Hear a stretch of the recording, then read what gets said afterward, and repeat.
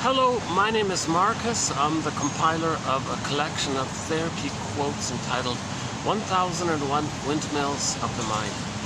A collection of advanced self-help quotes taken from what's often called the psychodynamic or the psychoanalytical perspective, which long ago, as I understand it, was referred to by some as philosophical medicine or narrative medicine, helping one to be their own story doctor, their own narrative medicine doctor, helping one to find their narrative truth, to know themselves, to help them to be their own existential detective, psychological detective, emotional detective.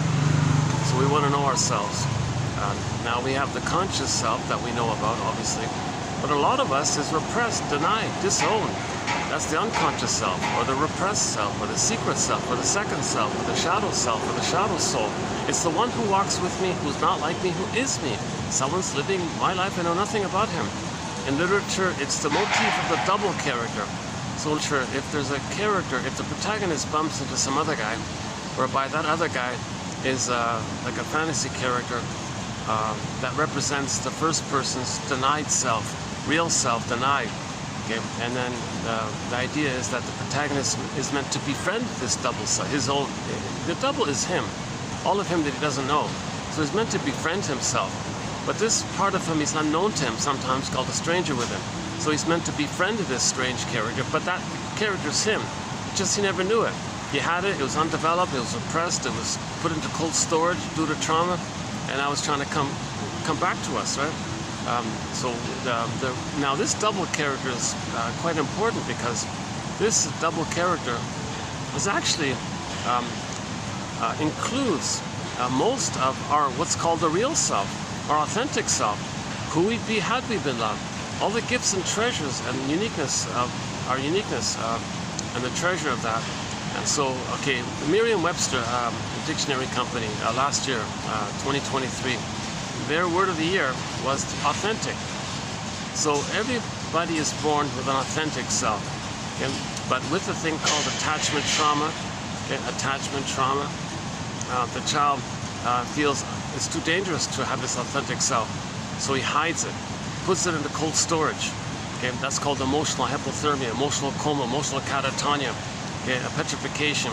In myths and fairy tales, if there's a character that's a personification of a person's real self, okay, like Echo or like Faithful John, etc. When these characters that represent a person's authentic self, when they become a statue, yeah, that's the metaphor that the child couldn't feel. It wasn't safe to feel with the mother. The mother's too dangerous. Mother was misattuned, malattuned. Again, it's betrayal. Mother's soul blind. Mother uses the baby. Mother is resentful, maybe. Mother's in a bad mood. Mother didn't want the baby at that time, maybe, or confused, or maybe she has some battle with her mother and wants to communicate that by shaming her own child, to communicate that her mother had shamed her. Oh, cunning tale. And there's a whole long list of reasons why a mother might be misattuned, malattuned, and betray their own baby.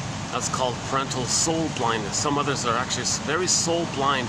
They can't see the reality of the baby. If their unmet need and the projection of it is so strong, that's all they see. They're not going to see the reality of their baby's needs, because they only see their own needs, either to communicate what happened to them, or to parentify the baby and brainwash the baby, take care of her, or to see the baby as rejecting the way her mother rejected her. And there's a whole long list like this. In myths and fairy tales, this is one of the keys under mother's pillow. Okay, so the Iron John story, a person's embodiment and golden ball were lost in the forest symbol for the unconscious. So the person's true self is embodiment, and the golden ball, the radiance of the feelings, the aliveness of feelings, like the sun or radiance. So I feel their fraams, the whole I feel their fraamness quality of a person, the real self, okay, meaning your embodiment and your feelings. I feel their fraam. That was the Iron John, Iron John and the golden ball. They were locked in a cage in the forest. Where's the key? The key was under mother's pillow. Protagonist, that means we gotta get the key ourselves. The mother's not gonna voluntarily confess and admit usually. You're lucky if she comes around and apologizes for these things. It might help. But usually Robert Bly says, no, you gotta kind of get it yourself kind of thing. I mean, you gotta insist and understand and face the painful truth that the mother used the baby to meet her unconscious needs. So under the pillow, the image It's dark under the pillow, but you don't see it there. It's dark, shadow, so it's dark, so the key is there. So we got to make that kind of link, that the reason the person lost their embodiment and feelings and locked in a cage because the mother used the baby for some way for her needs. And that's the key under the mother's pillow motif, and so on. So, okay, you're gonna see me sweat. I'm drenching in sweat already. You know, it's 36 right now. With the heat index, it's 44, I think, 43, 44, maybe even 45. So I'm gonna try my best to not sweat too profusely here. So I'm in the shade here. Unfortunately, there's not much of a breeze. I was kind of, I'm really dependent on the breeze to be able to do a video out here like this. If it gets really bad, I think I'll have to hit the pause button and go to the other venue in the hotel lobby there and buy another coffee. It's too bad because I'm in this nice venue here, and because of the heat, no one's really out, and the place is open and in the afternoon, but because of the heat, no one's really out here. It's Monday afternoon, so it's a nice opportunity here. It's like a garden-like kind of place. It's a great little place. They got. I'll give you, if I remember, I'll give you a little tour of the place later on. It's really a gem of a place, really a bit of a treasure here in the big city, and a lot of events and special functions, and a lot of decorations for various functions taking place. A lot of landscaping. They got swans and rabbits for the kids, and there's even peacocks at the other end. Some doves I noticed. Fun little place. A real family fun kind of place. I imagine a family coming here every Sunday for a meal. They'd have some nice memories, kind of thing. Awesome. Oh boy. Yeah, I'm drenched in sweat already. Jesus Christ. Sorry. Yeah.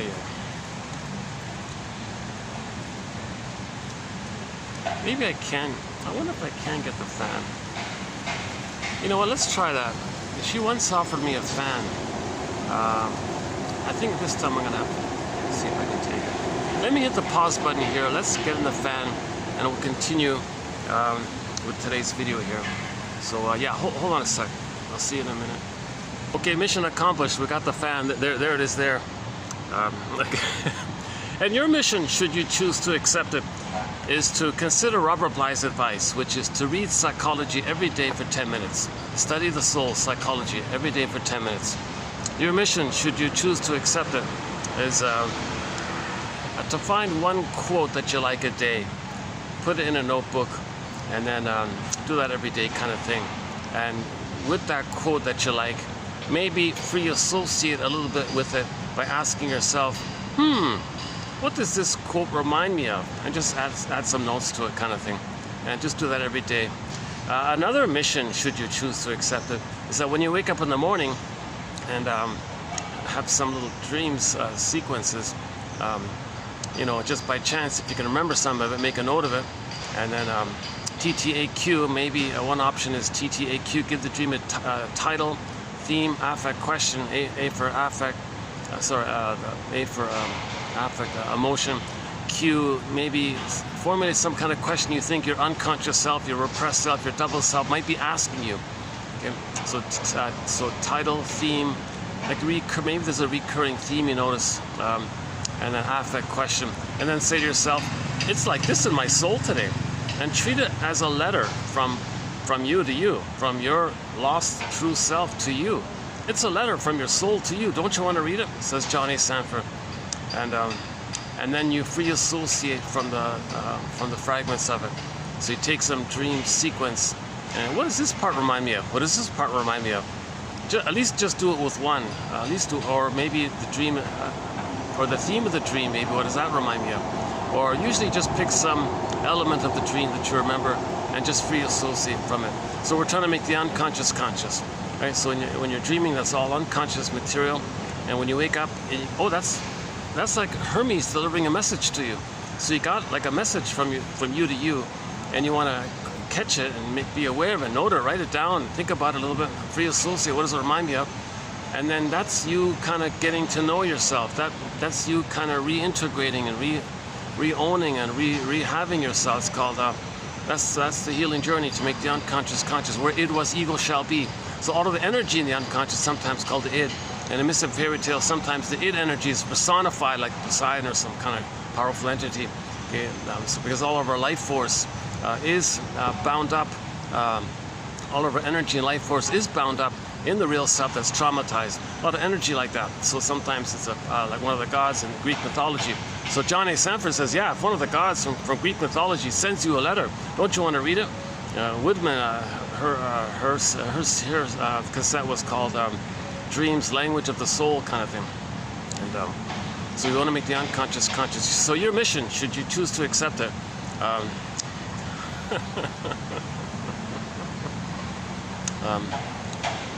that fan is not doing too much, is it? I can get a partial. He said that's as close as I can get. It's a little helpful, yeah. I notice a little breeze, but not too much really. Let's see how it goes.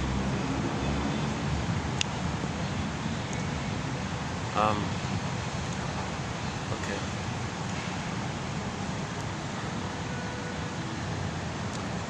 I wonder if I can move it closer a little bit. I don't want to block the pathway. Okay.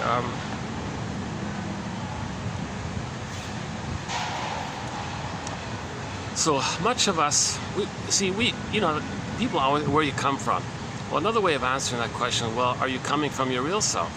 We want to come from the real self, not this false self that we make up, which is a scaffolding of defense mechanisms called the false self that helps us to numb the pain and not be aware of the pain, and then repress the pain and not be aware of the pain. So we have a scaffold of defense mechanisms, either or thinking, projection, manic hypervigilance, or blaming and projection, and reaction formation, and duplicity, and treating others the way you were treated, to stay loyal to the mother, to treat you that way because you got to have a mother. So to have a mother, you act like her, to have her because you identified with her. So one symptom of trauma is that the baby identifies with us. We got a very key quote here about identification with the aggressor by Elizabeth Howell in this batch here. So yeah, once again, we'll be doing, so we'll be doing a TQ 2782 in this video. And this last one here by Howell, Elizabeth Howell, is very good. E. Howell, Elizabeth Howell. Excellent author. She wrote the book called The Dissociative Mind. And yeah, I mentioned it before, but I noticed she had an article that I was interested in. I don't have access to these journals and all this. So I actually wrote directly to her, and she was kind enough to reply, send me a copy of her article. Excellent article. And this comes from another article of hers, which I don't have. So I'm almost tempted to write again to her. But anyways, I caught a glimpse of it from a sample page that was available. So luckily, it included her definition of identification with the aggressor. So a major part of this know thyself perspective is that when there's pain, we don't want to be aware of it. So the mind does stuff within us to make us not aware of the pain, because we can't live with too much pain, obviously. And the baby experiences an immense amount of pain when the mother betrays him. Believe it or not, a lot of women are betraying their babies, and that's an immense amount of pain. So what does the baby? How does he adapt with this betrayal trauma? What is the baby going to do? Well, first things first. His soul, he's going to put into cold storage for safekeeping. Down a tunnel, down a cavern, where the light is never shown. Okay? And usually the soul is kind of frozen, petrified, turned to stone like a statue. And the person, another way of saying it is, it's not really alive. The real self's not really, it's there, but it's not really alive. Okay? And then it doesn't, and likewise, the person doesn't quite feel real anymore. So we don't feel alive and real. So that's the significance of trying to get back our real self, our authentic self, so we can feel real and alive, rather than just sleepwalking through life, going through the motions of life, feeling that life is passing you by, feeling that you're living the provisional life. When does life begin, kind of thing. So yes, the person with the false self, they can still get 10 PhDs and 10 medals, write 10,000 songs. Funny, before coming out here, I accidentally clicked on I didn't mean to. You know, you try to click something else, and you accidentally click something else. You want to click one thing on the YouTube thing, and I accidentally clicked some little snippet about the musician Prince. And I didn't know this, but he was like manically writing songs every day. And he would write and produce and publish basically a song a day for like, whatever, four decades or something. He's got thousands upon thousands of songs. Most of them haven't been released and all this. And I thought, so yeah, he can still produce thousands of songs and all this. But I got a hunch maybe he wasn't. He was missing something, right? He was looking for the real self.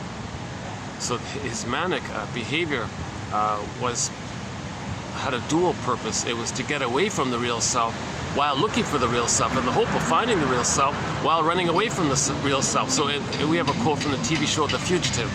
One of the taglines for the show is, "Richard Kimball is a fugitive from the justice he seeks." So the baby, when he's traumatized, he's got to run away from his mother, but while he's searching for the mother. So while he's searching for the mother, at the same time he's running away from the mother. This is a huge double bind. This is some delivery guy just arrived here.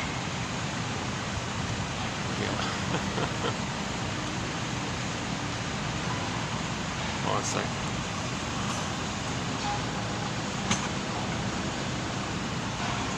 Oh, let's see what he's delivering. Hold on a sec. I'm having, tell you the truth, I'm having a little bit of an off day. I didn't get a full rest, I was wondering on the way here, is it because of today's topic? Because this is a very difficult topic, today's topic. I've never really talked about it before. It's something kind of new.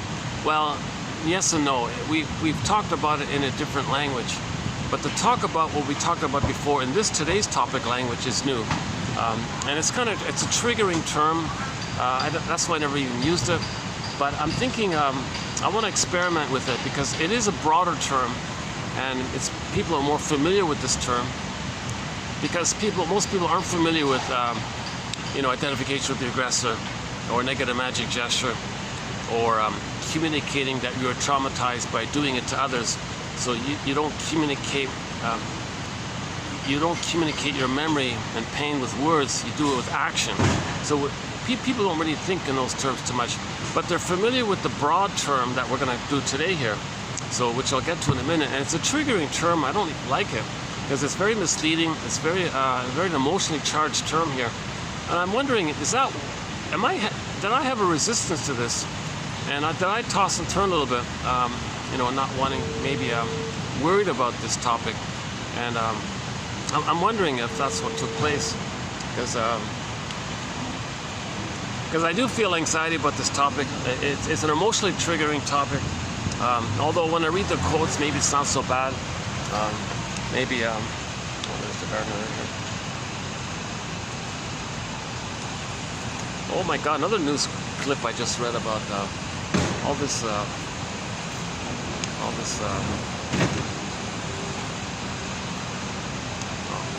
I still don't know what he's delivering. They're in green bins. Maybe some produce or something. Nice staff, nice restaurant, great little place here. One of the nicest places. Takes me a while to get here. Well worth it. I'm just near the SkyTrain, so it's easy to access. Oh yeah, and there's drinks and things. Oh, it's all food related. Yeah, okay. Usual sort of restaurant kind of food products. Yeah, okay.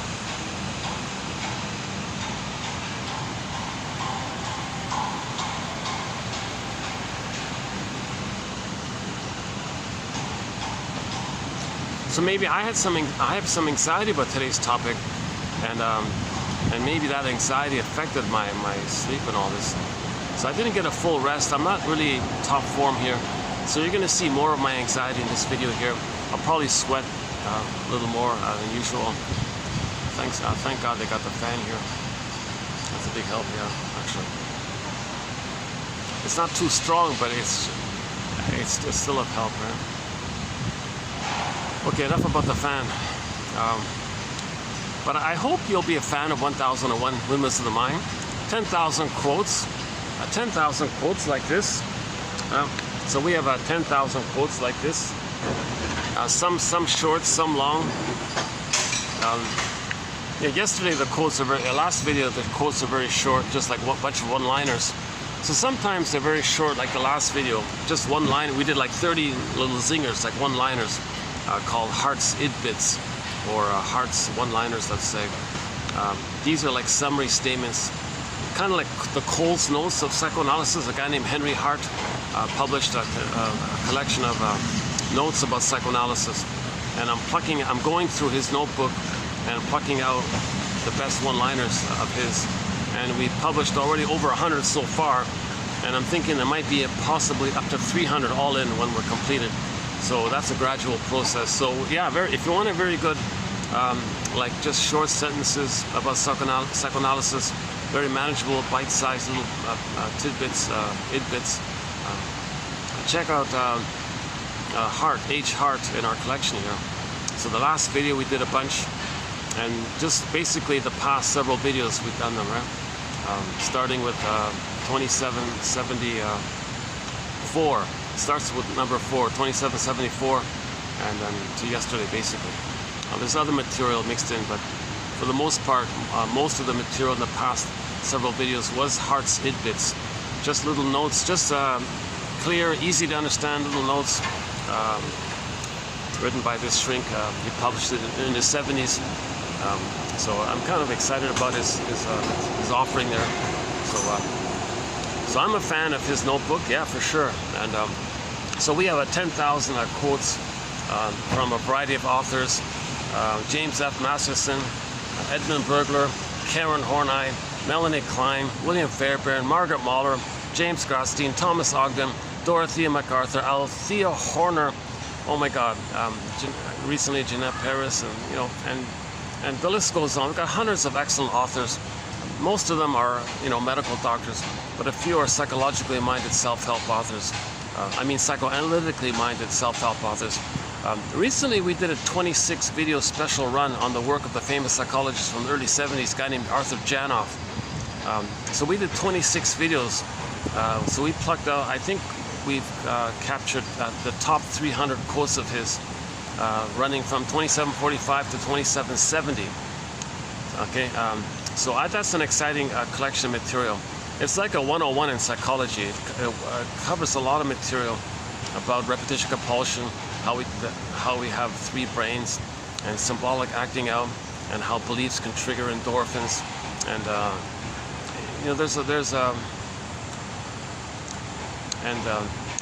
the difference between genuine catharsis and just blowing off steam, that kind of thing, and the steam being the pain of not feeling, but we want to feel.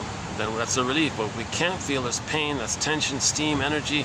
Blow up the energy of the steam because you can't. That's so people are just blowing up tension. That's not a healing thing. So that the steam's gonna fill up again. You're gonna blow up steam all the time.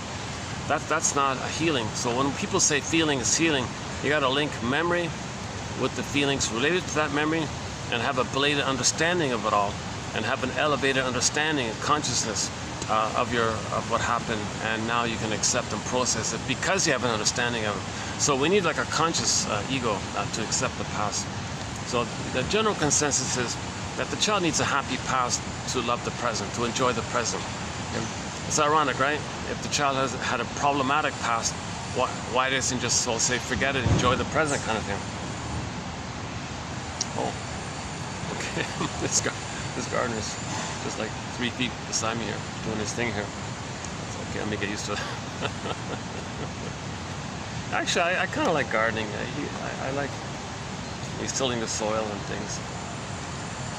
Yeah, I tried to start a garden once. I couldn't. The soil wasn't too good, and someone told me, "Oh yeah, it's going to take you 7 years to till it, and you got to fertilize it with mushrooms and stuff to get it productive and all this." And whoa, So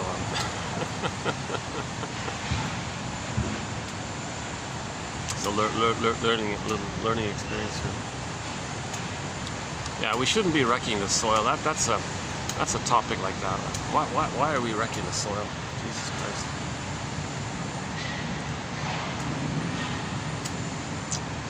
Yeah, there's a real risk about that. not only does food nutrition go down, but okay, I'm getting off topic. Let's not go down that road. We don't really cover like current events and outer events, with the one exception of a thing called the 48 symptoms of Homo traumicus. The most recent run through of that list, it was a 2725 part 3 of 3. So that's a work in progress. It's going to be updated. It's just a guesstimate. But once again, these are all theories, and no perfect answer here. We're trying to be a detective, psychological detective. So these are invitations for mutual exploration, clues, hypotheses, stepping stones for better ideas, prompts to free associate with. Gee, what does this quote remind me of? And make the unconscious conscious. So we want to build our awareness. So psychoanalysis looks for an egg in a basket that's missing. So first weave this basket, first weave the nest, then there could be an egg, potential new life and all this. Yeah. Emily Dickinson has some good poems about trauma. One of them is A Great Hope Fell. The baby had a great hope that his mother's going to welcome him and nurse him, and natural breastfeeding and skin-to-skin contact, loving gaze, and provide a maternal holding environment, a positive maternal experience with her reverie, her soothing, and she sees and welcomes the child and has a rhythm of safety with her, and the child is kind of like fed emotionally, maternally.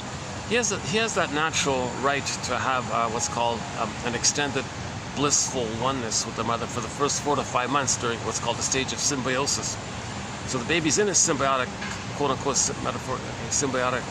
That's Mahler's term. It's just approximate. Close enough, right? Forgive psychology for its jargon. Just forgive us, says Robert Bly. These terms aren't perfect. So the baby's in a quote-unquote symbiotic state, meaning he doesn't know where he begins and ends, where the mother begins and ends. And so it's just, he's in a blissful oneness with the mother. And he has no concept of the mother being like a separate person from him. So although there is a mother, he doesn't know it. But the mother's presence and power, he thinks, is his power. That's called infantile megalomania, egocentricity, the glorified self, the idealized self. So the baby in the uterus is in a blissful oneness with the mother. He's in a blissful oneness with the mother. Now, when he comes out, okay, he needs that to continue for the first 4 to 5 months. Okay.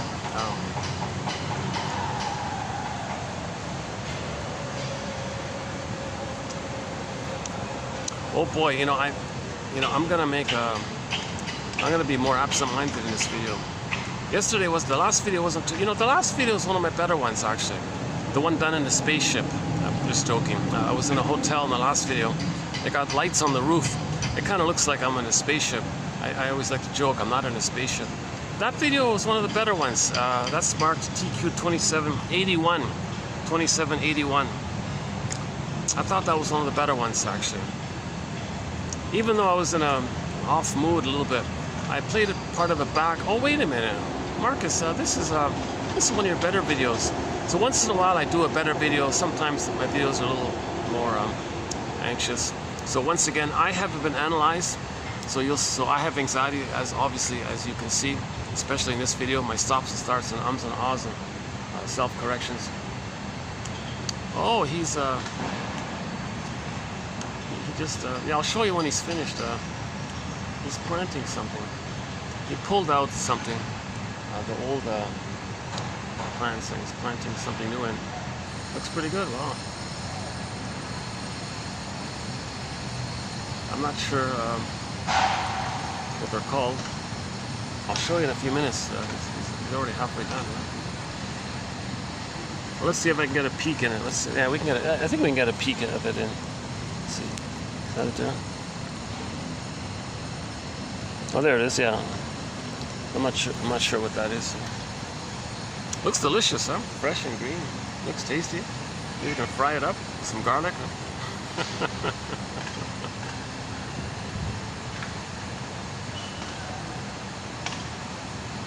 Maybe it's just like a fern or something. Maybe they're just ferns. Well, speaking of ferns, yeah. Okay, so the baby needs a secure attachment. Oh, Emily Dickinson, yeah. A great hope fell. A great hope fell. The baby had a great hope for an extended blissful oneness. he had a great hope for what's called a secure attachment style. Safety with the mother, her acceptance, her warmth, her soothing, her presence. Okay, children need your presence, not your presence. The baby needs that felt maternal presence, and the baby feels that the mother's present to the child, and the child picks it up. Then he'll be present to himself. How the mother treats him, okay, the wiring gets laid down by it. Human connections lead to neural connections. The baby's laying down the memory system according to that interaction with the mother. Interpersonal becomes intrapsychic. So how the mother treats him, it's that the circuits are laid in, the blueprint is laid in, and so he'll treat himself the way his mother treated him, basically. The baby has a great hope for that. He has a great hope for a positive, normal experience with the mother, so-called good enough. It doesn't be totally perfect, just the tone is warm and affection and skin to skin, tenderness, kindness, safety, no shocks, no conditions, no interruptions, no bottle, no schedules, no powder stuff. You know, baby's gonna cry, mother said, what are you crying about? She dips honey in the rubber nipple, all these betrayals. There's a lot of little betrayals taking place because maybe the mother's angry. That we'll get to that topic. That's touching in today's topic. So I'm still sweating. The fan's not working. I gotta pull that fan a little closer here. Hold on a second. Yeah, give me a second here.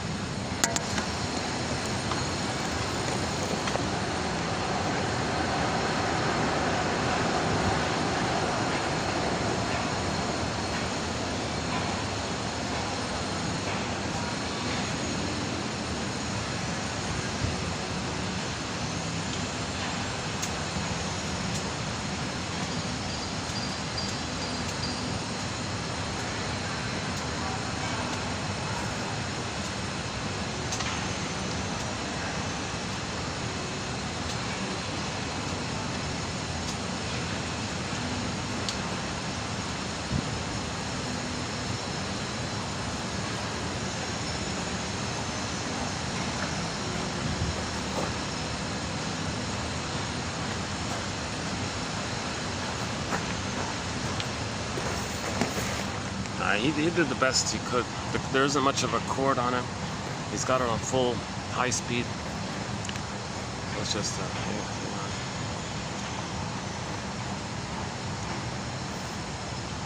oh boy, yeah. Okay, so this is not a vanity project. I want to get the quotes out. So the give back for these sometimes messy videos, let's say, is that if you click the more link, you'll see the quotes, and that's the main thing, to focus on the quotes. Don't judge this stuff by yours truly here. I haven't been analyzed. I'm trying to learn this myself. I'm finding the quotes, sharing it, that kind of thing. I'm trying to learn it myself. So your mission, should you choose to accept it, is to judge these quotes for yourself and build your own basket and be your own detective kind of thing. So I'm just passing along little clues from the shrinks and all this. And some of these clues are hard to find. So that's maybe one of the unique things about this collection here. I'll give you a good example. I posted some excellent quotes from one of our mentors, Masterson, and I'm noticing now a lot of good psychology books are being withdrawn from the digital libraries. I'm trying to go back to them to like review them again, kind of look up stuff. Removed. What's going on here? They leave all the fluffy stuff, right? Like when you go to a bookstore, you know, like a Jet Mass bookstore kind of thing. They're making it like that. Like the good stuff is being withdrawn, and so it's these gems of insights are getting harder and harder to find. So you're gonna find it here in this collection here. I would get it personally. You know, as soon as you learn of this collection, there's a link there. It's just a minor admin fee. It's just a minimal administrative fee. It's for the price of half a cup of coffee, not even a coffee, like half a coffee, maybe a third of a coffee. It's just a small fee, and you can get this encyclopedia of insights. And they're hard to find quotes now. They're getting harder and harder to find. And I'm very worried about Hart's notes. You know, this guy Hart, he did an amazing thing. Henry Hart did an amazing thing. For most of his life, he read the psychoanalytic literature, all the journals and things, and made little notes about it, and then finally published it just before he passed away in 1970. And it's a massive 1,000+ page book done, put into 4 volumes. Impossible to find. I didn't even know it existed. Just by chance, some library thankfully withdrew it, and managed to get digitized somehow, which is great. And I just hope it can stay there. But while it's there, I want to pluck out the best quotes, because I got a bad feeling someone's going to remove it or something. That's an awful thing. This is soul healing material. We need this material. This is to help us know ourselves, to help us understand ourselves. Because if we connect with ourselves and then we connect with others. If we have empathy for ourselves, we'll have empathy for others. If we're strangers to ourselves, we'll be strangers to others. Like, we gotta, when you repair yourself, you'll be in a reparative mode with others. If you understand yourself, you'll understand others inside out, as above, so below. So we gotta heal the man in the mirror, says Michael Jackson, right? You want things better outwardly? Well, start with the man in the mirror. Look in the mirror and heal that person, kind of thing. And then things will be better outwardly if the individuals can know themselves. So we need self-empathy, forgiveness. We need these theories to help to that end, right? So these quotes are helping us to give us night vision. Okay, another way of describing these quotes is that they're giving us night vision, a lantern. Okay, so the real self, okay, our lost embodiment and our lost golden ball, locked in a cage and all this, it's in a forest. The forest is dark, we don't see it. So of us that we don't know, it's repressed. So we're not aware of, it's not brought to the light of consciousness. It's kind of like quote unquote dark in the shadow. So these quotes are giving us a lantern to find ourselves and reclaim and get it back bit by bit, kind of thing. So there's an image of Vasilisa holding a lantern on the front cover of one of Marie-Louise von Franz's books, where in the fairy tale she's going into the forest with the lantern, looking for herself, looking for the golden ball, looking for the treasure, looking for the wounded baby, a lost, wounded child, hungry child. It's her metaphor for how she feels. She feels abandoned, orphaned, wounded, lonely, and we want to get back ourselves. That vulnerable, wounded child that's so upset and has all these, that's us that we're rejecting. And so Johnny Sanford has a book called Healing and Wholeness. So when the real self is quote unquote fragmented away from ourselves, and now there's a famous gap between the real self and the false self, let's say, that's a pain like that.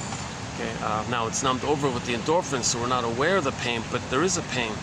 So if we can reclaim our real self, okay, we're feeling more whole, hence more healed, healing and wholeness.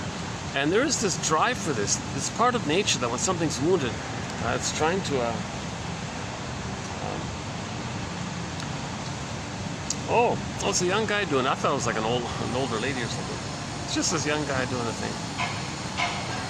Goes with the hat. I just assumed the straw hat might be like, talk about.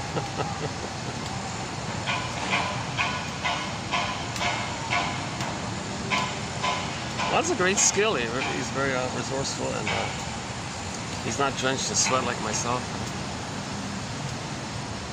Okay, 1 second. I'm speaking of sweat. Oh boy, wow.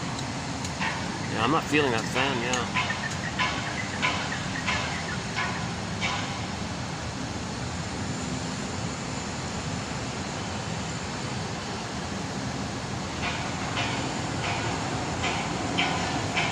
Yeah, last week when I tried this, I stopped halfway due to the sweat, and I went to a little restaurant, cooled off there. So I'm thinking I might do that again, because it's Monday, so I should be able to use that little place.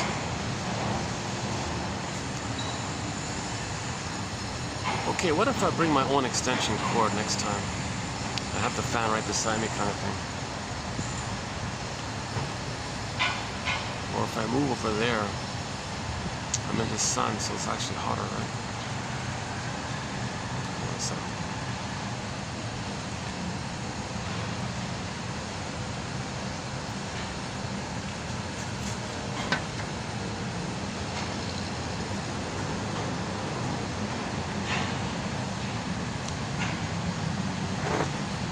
back to Emily Dickinson. There's a pain so utter, it swallows substance up, and then the person goes in a swoon. So the authentic self, our embodiment, I feel therefore I am, our ontological self, it's our inner home, like you feel embodied, it's like your home within. Like, where do you come from? You want to come from that place within. And then that sense of beingness, having your beingness, like a mammal quality, right? The feeling. Then there's a natural, pleasurable sensation, the serene, inexhaustible fullness of being. That pleasant feeling. It's like joy, like the bluebird of happiness from within. Kind of. It's like joy runs the console. Disney film Joy runs the console. So the animating emotion that radiates out from our beingness is a pleasurable sensation. So I feel, therefore I am. So you have your amness, your beingness, you're going to feel the pleasurableness of that. And that pleasurableness of it is a metaphor of the golden ball. But the golden ball includes lots of feelings about our humanness, right? It's the quote-unquote more human side of being human. Wide range of feelings, needed feelings, appropriate feelings, aliveness of feelings. And joy can step aside to let sadness run the console when there's a loss. And then after we acknowledge the loss, because by the way, we have an identity to do so. Okay? When there's trauma, we lose that identity. That's called complicated grief. So we don't feel sadness. We use a defense mechanism called denial, contempt, sour grapes. Didn't need them anyway. So you deny the loss by denying the importance of it. So in the last video, 81, we talked about complicated grief a fair bit. So can I refer you to the last video? That's always a huge topic, that one.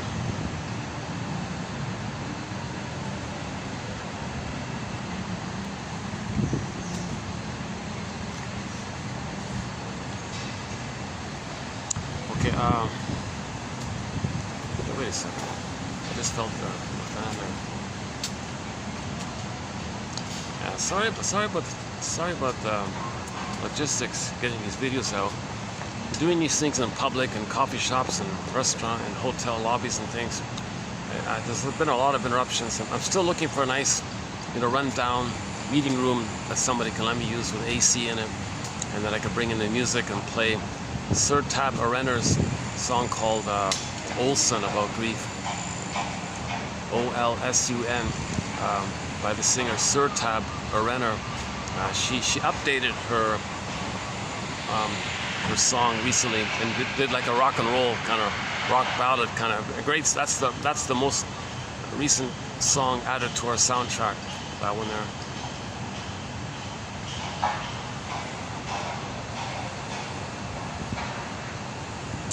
Yeah, I just discovered another little trivia. The keyboard player for I gotta discipline myself and not watch news items before I come out to do a video, because sometimes it kind of pops out. It's on my mind kind of thing. And sometimes they're meaningful, sometimes they're trivial. Let's get back on topic here. Emily Dickinson. Thank you, Emily Dickinson. She has a couple of great poems about trauma. So one of them is the one just mentioned. There's a pain so utter, it swallows substance up, and then the person goes in a swoon. That's just part of it, right? So if the mother betrays the baby, that's a pain. That's a betrayal trauma. Of course that's going to hurt. Baby feels rejected, unloved, unwanted. He needs mother's love to grow and to be himself. He hasn't developed yet. The mother says, sorry,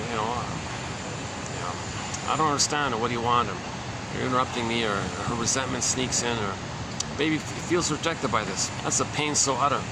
And to split off your real self and put it into cold storage, it's painful like that.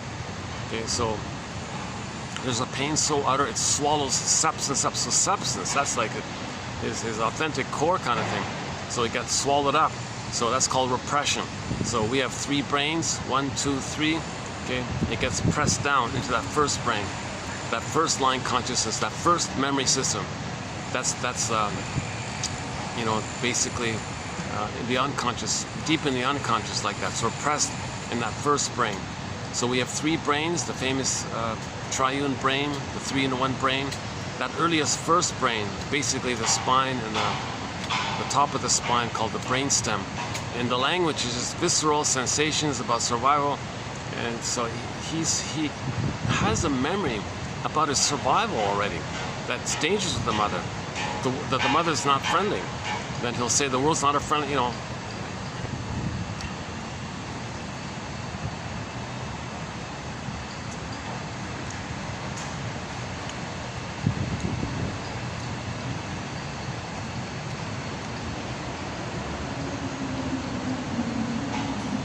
Yeah, there's a certain pride to gardening and things. Oh, my back would be too sore by now if I had to. Like, John E. Sarno has a theory that a lot of back pain and all this is that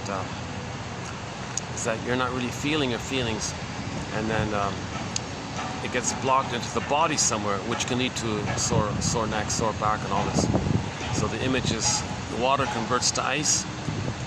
So feelings that don't flow, it goes into the body somewhere and it hardens up, stiffens up, kind of thing. That's analogous to water to ice. Feelings that can't flow, body stuck. So a psychosomatic symptom conceals but reveals the problem that they're not feeling. There's a pain, there's tension, and so on, right?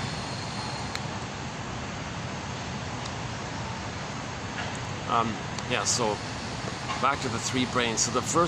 So we have three memory systems, three lines of consciousness, three brains basically. So the first brain, the language of it is pre-verbal.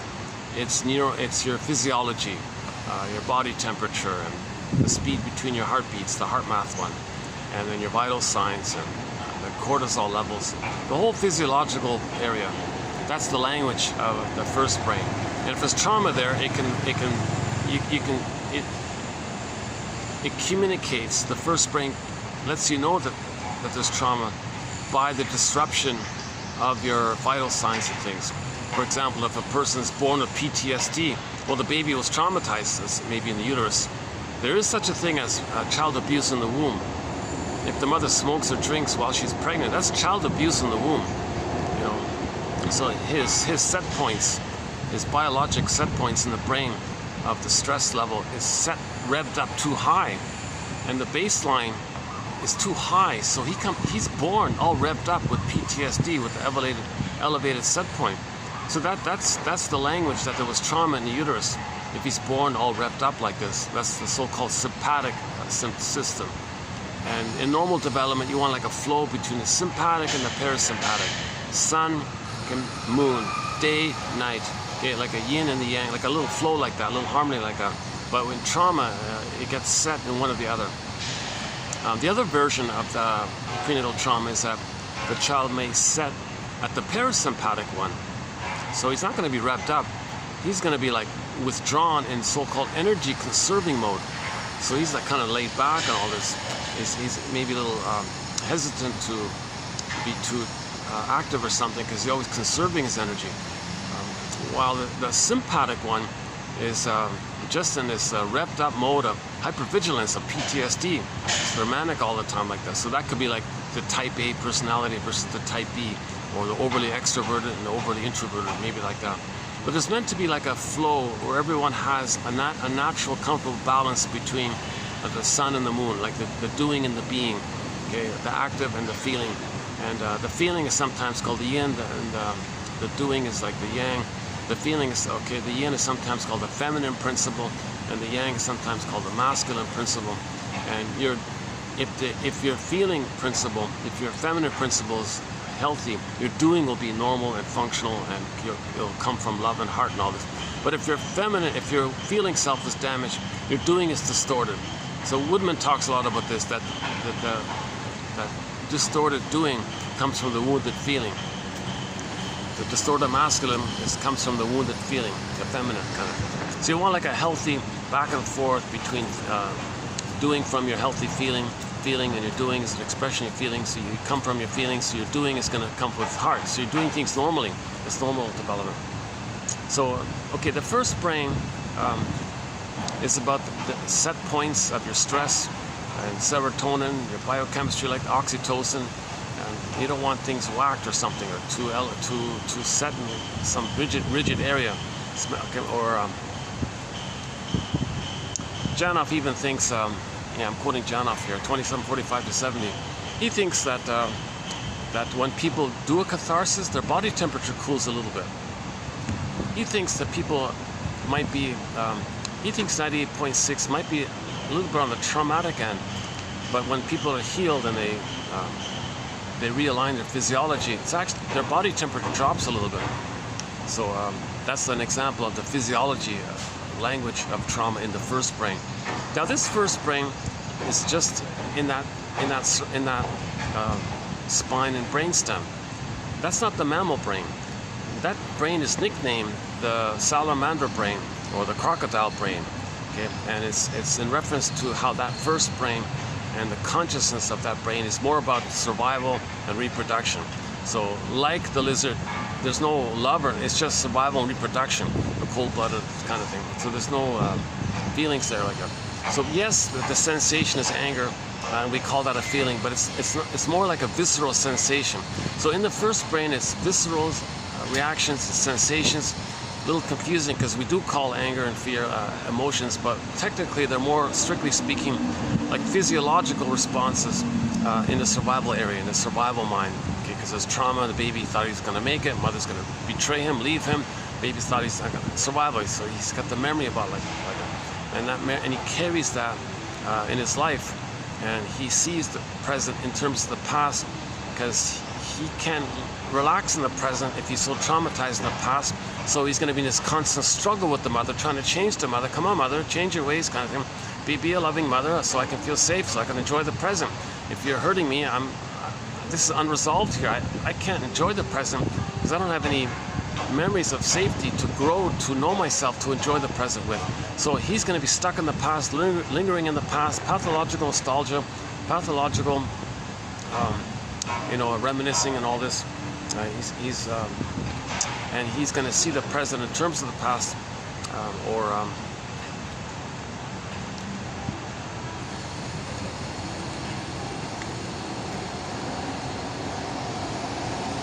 yeah, I'll find out later what they are. Yes, it just occurred to me this must be like a full-time job for these landscapers to keep this place kind of tidy and all this. They're always trimming things and planting things and grooming things and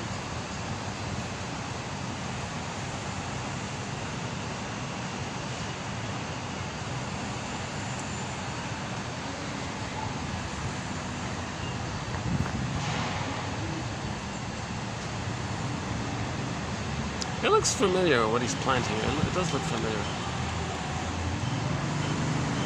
I've seen it before. Okay, let's continue here. So the first line, consciousness. It's usually, that brain is given the nickname reptile brain, crocodile brain. Okay, so nobody's calling a person that. They're referring to that brain that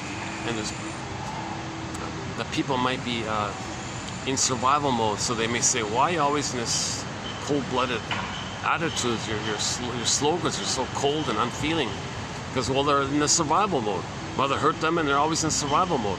So they go through life with that pattern, that everything's about survival. Their slogans are like jungle slogans, like greedy or greed, and either or. So they're missing the quote-unquote more human side of being human.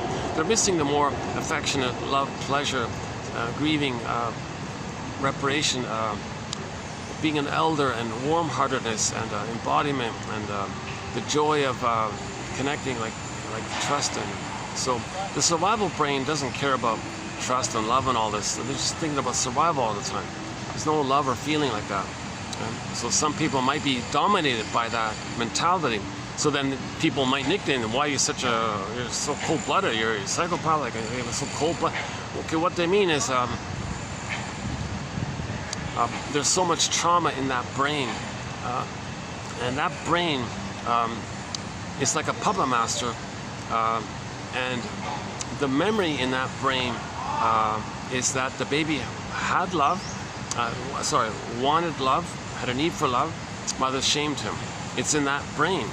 So when the third brain comes online, roughly age 3 or something. Okay. That memory goes to the third brain, the human brain, the ideation, the thinking brain, the cortex, the new brain, the cortex. Okay.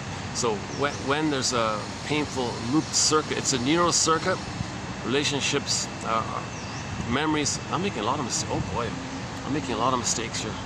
I'm not rested today. I'm making a lot of mistakes here. I'm tempted to just give up. You know, or what I can do is do this in parts and do a part 2 of this and update this one, because I want to do a half decent job with this, because this is an important topic, and I want to do a half decent job. So today will be a little bit of a sloppy. It's funny, it was such a difficult topic. I wanted to be rested with it, so I'm gonna probably make a lot of mistakes on a difficult topic here. So I'm thinking there's going to be a part 2, so I might redo this tomorrow, kind of thing. You'll know what I mean when we get to the quotes. They're challenging quotes. We did a lot of easy quotes lately, so it's about time we did some grittier, tougher quotes, kind of thing. Forgive psychology for its jargon. Just forgive it, says Robert Bly. So there'll be a little bit of jargon. This one here. Yeah, so Jonathan, he explains it pretty well, I thought.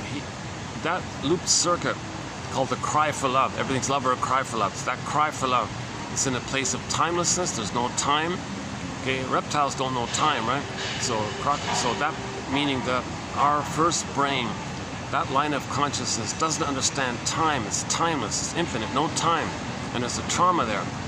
But there's an innate drive for healing. So the person's going to try to get the love that was needed, but there's no time. All time is that time, so they're always trying to cry for love. But the rejection prompts the cry for love, but there's no time. So the rejection says, "Well, go get the love."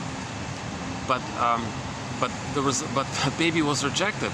You can see this kind of infinite kind of loop like this. So this infinite kind of loop like this, timeless loop like this. When it gets to when the third brain comes online, okay, that loop goes to the third brain. Now the third brain is receiving this loop.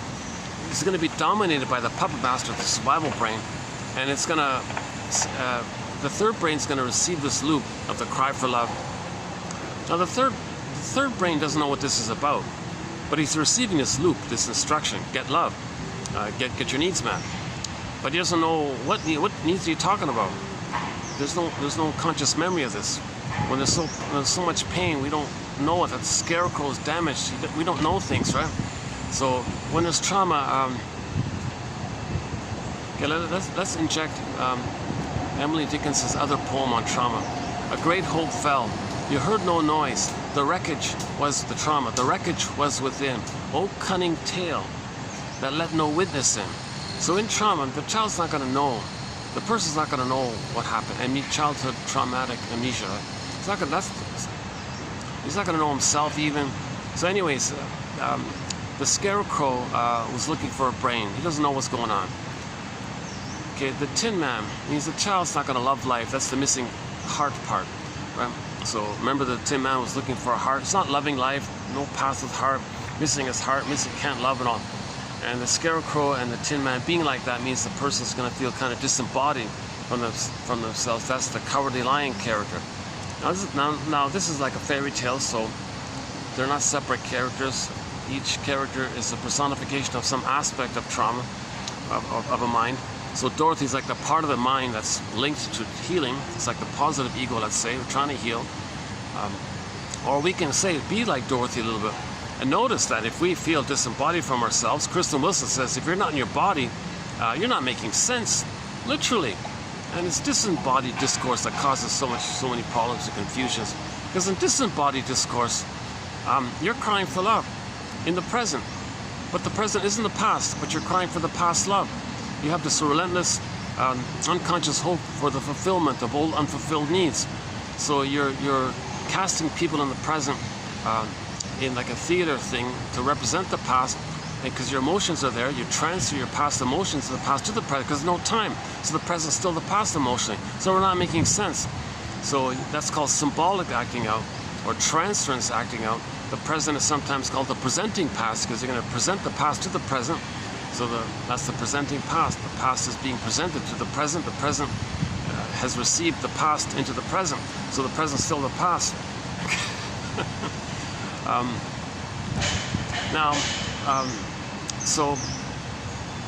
So sometimes there's versions of the two main versions of this is that they're just going to directly cry for love, look for things that are symbolic of mother.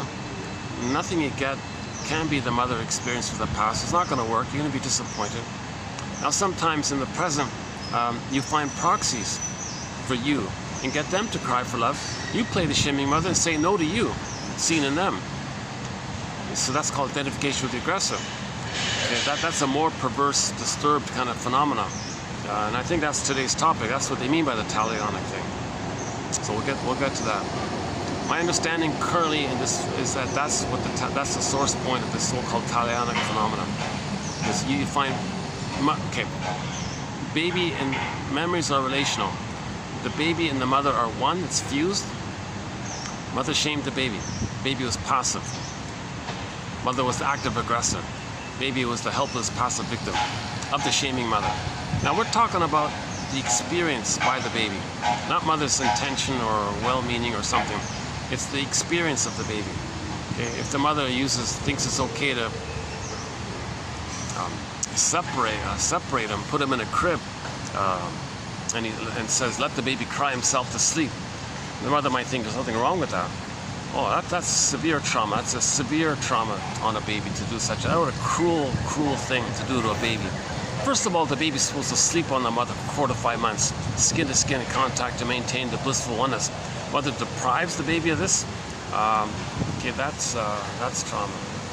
And then insult to injury, puts the baby in a separate room in a crib, and then the baby's crying about this. Mother, let him cry himself to sleep. So that's a betrayal. So the mother might not be seen as a monster, cruel, vicious monster, but from the baby's end, he's enraged, he's desperate, he's in peril, he's enraged like this.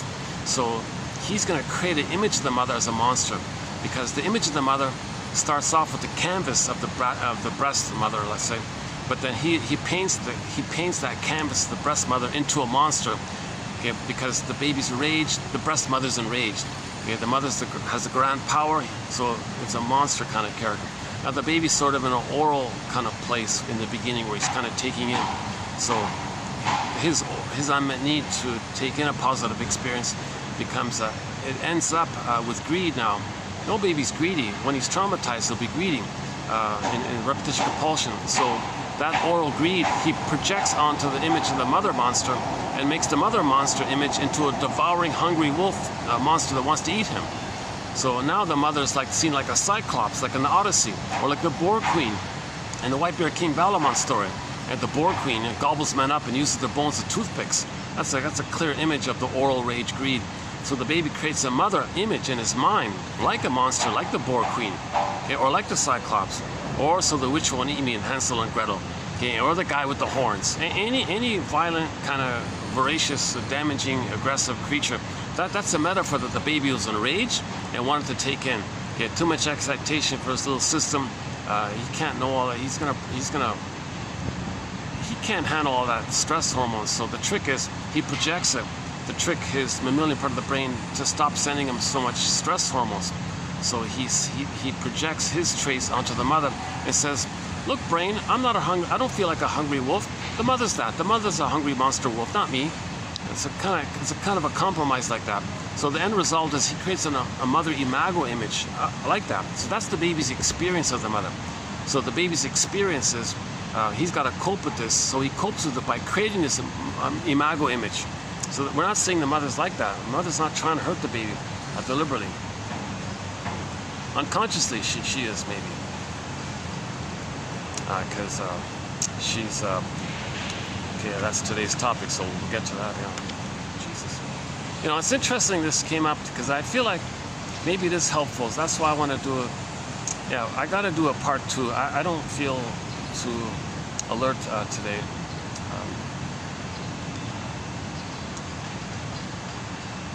They were sold out of Maui, and my guava juice was sold out. So I kind of, what spinach was for Popeye, guava juice is for your humble compiler here. I feel a little calmer and more present when I have a half a liter of fresh pressed guava juice. The shop here, there's only one shop left that sells it, and they don't have it every day kind of thing. It's like maybe once every 2 weeks they'll have it, and then it's sold out like within an hour kind of thing. Jesus. So I'm always keeping an eye out for it. So when I finally get it, I buy up and freeze it kind of thing. So I'm missing my guava juice.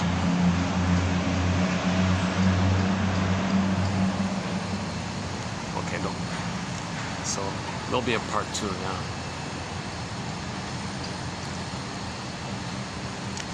Where were we? Oh boy, see, I'm noticing this. I'm having a harder time get back to the point I was on. Usually I can, most of the time I can go back to where I was and pick up on it. So Emily Dickinson, right? Great. Oh, this Wizard of Oz, right? So Dorothy's like the part of the psyche that's trying to line things up. Okay, so so if we feel disembodied, meaning not making sense. Oh yeah, if you're not in your body, you're not making sense. Kristen Wilson, and it's all this disembodied discourse that causes so much confusion and problems. Because in disembodied discourse, people are crying for love. Either directly they cry for love and then coax others to reject them the way the mother rejected them. That's kind of direct like that. It's kind of benign like that. But the more perverse way, the more talionic, so quote-unquote talionic way, is it's a more disturbed way, is they can't be reminded of mother hurting them. So they find proxies for them. Again, proxy means someone who plays a role for you, does something for you, or like feels for you kind of thing. So one version is that people will see their unloved, shamed self and project that into innocent others, like non-threatening substitute others, whoever, it doesn't matter. They can pretty much pick anybody. So they'll just say, oh, they're no good. So now they see their unloved self into the proxy. They identify with the aggressor to have a mother. Now, every baby's got to have a mother, so he becomes the shaming mother who shames him, so he's going to shame himself. But that's too painful, so he'll find someone else to play him. By doing so, it distracts himself from the pain of him shaming himself, i.e. he's now the mother who shames himself. So he shames others. It tricks him to not feel the pain of him shaming himself. Now, since he does shame himself the way his mother shamed him, although he tricks himself partially that since someone else can cry for love and you say no to them the way your mother said no to you, on some level you do feel the memory of the pain of mother shaming you, and now you're shaming yourself. So what do you do now?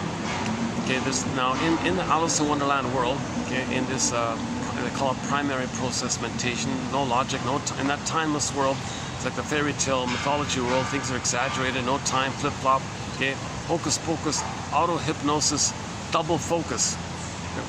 So because he remembers how mother hurt him, and now he hurts himself, although he hurt the other playing him, he remembers how mother hurt him. Then he'll flip it. The one he just hurt in the present, because there's no time, the one he just hurt in the present, he'll say is the mother who had hurt him back in the nursery, back in the past. Now he sees the person in the present as the shaming mother. Now he feels justified to express his anger at his mother, get back at his mother. And who's the mother? It was the person he just shamed, who used to be him. So, you see? So the memory is the self and the other, it's condensed, right? So the baby plays both. The baby plays his victim, passive self, and the baby can play the aggressive mother. He's doing both. He's got both going on. Mother shamed him, so if he identifies with her and replays the cry for love, he's going to cry for love, but he's going to shame himself. Too painful, find a proxy, shame them, because the proxy's playing their innocence. They shame their own innocence seen in the proxy character to distract them, not feel the pain of how mother hurt them. Now they're hurting themselves. So on that level, when they do that and feel the pain of all this mess, then they see the person they just hurt in the present who was themselves, their innocent, shamed self. They just shamed themselves, basically. Then they see the innocent one who first played their unloved self, now they flip it. Oh, there's the monster from the nursery who hurt them, the Cyclops character. Now they're justified in all their pseudo-aggression against this imagined thing, and this imagination in the present, because that's how the baby felt towards the mother. He displaces it onto the person he just hurt in the present. Now he doesn't see the reality of the other person for who they are as a person. He can't. His perception is so narrowed. He only sees his needs. He only sees the projection of his needs. When the pain is so great and the need is so great, you don't see the reality and needs and feelings of others. So other people are hurt by this. They don't see it or care because mother didn't see it or care. Mother was soul blind, so they're soul blind. Mother gave them emotional poverty. They give it, okay, then mother shamed them. Whatever the mother did to them, they're going to do to others. Okay? And then post that, after that, part B of it is they'll play themselves being victimized by the mother from the past, see the mother from the past onto the person that's shamed in the present, and now they're angry at the person in the present, which is how they felt with the mother in the past, doing all this to make them know how they felt with the mother in the past. So we recreate, restage in the present some theater thing of the past to know what happened in the past. This is the psyche's attempt to make us conscious. It's called the inferring mind. Inferring mind. We make this inference. Okay, so that if somebody's negative towards others in the present, okay, that's for them to know that their own inferring mind is trying to tell you, or your unconscious mind, or your repressed mind, your double self is trying to tell you, okay, that that's what your mother did to you. So the person says to themselves, is this what my mother did to me, what I'm doing to others now? Is this from my own system trying to tell me this? But they don't have language. They're like a puppet master. They make me like a puppet, but I'm supposed to observe myself being pulled like a puppet so I can step back and observe it, and that's the communication with the puppet master. That's the idea of the inferring mind. So the unconscious is trying to make us conscious. So unconscious self says to the conscious self, hey you, hey conscious you, something happened back here. I need your help here. I need your consciousness. I need your understanding here, because if we're gonna be healed, I need you to know what's going on so I can release the feelings to you so it can be integrated to your conscious mind, and then with your awareness of it all, I can release the feelings, and then we can have a catharsis kind of thing. But I need you to be aware of it. So I'm going to communicate first of all what happened. Okay, conscious mind says, what are you talking about here? Well, I'm going to stage it. Okay, so there's two ways the staging takes place. If the trauma takes place prior to 18 months, they stage it in a more disturbed way. Okay?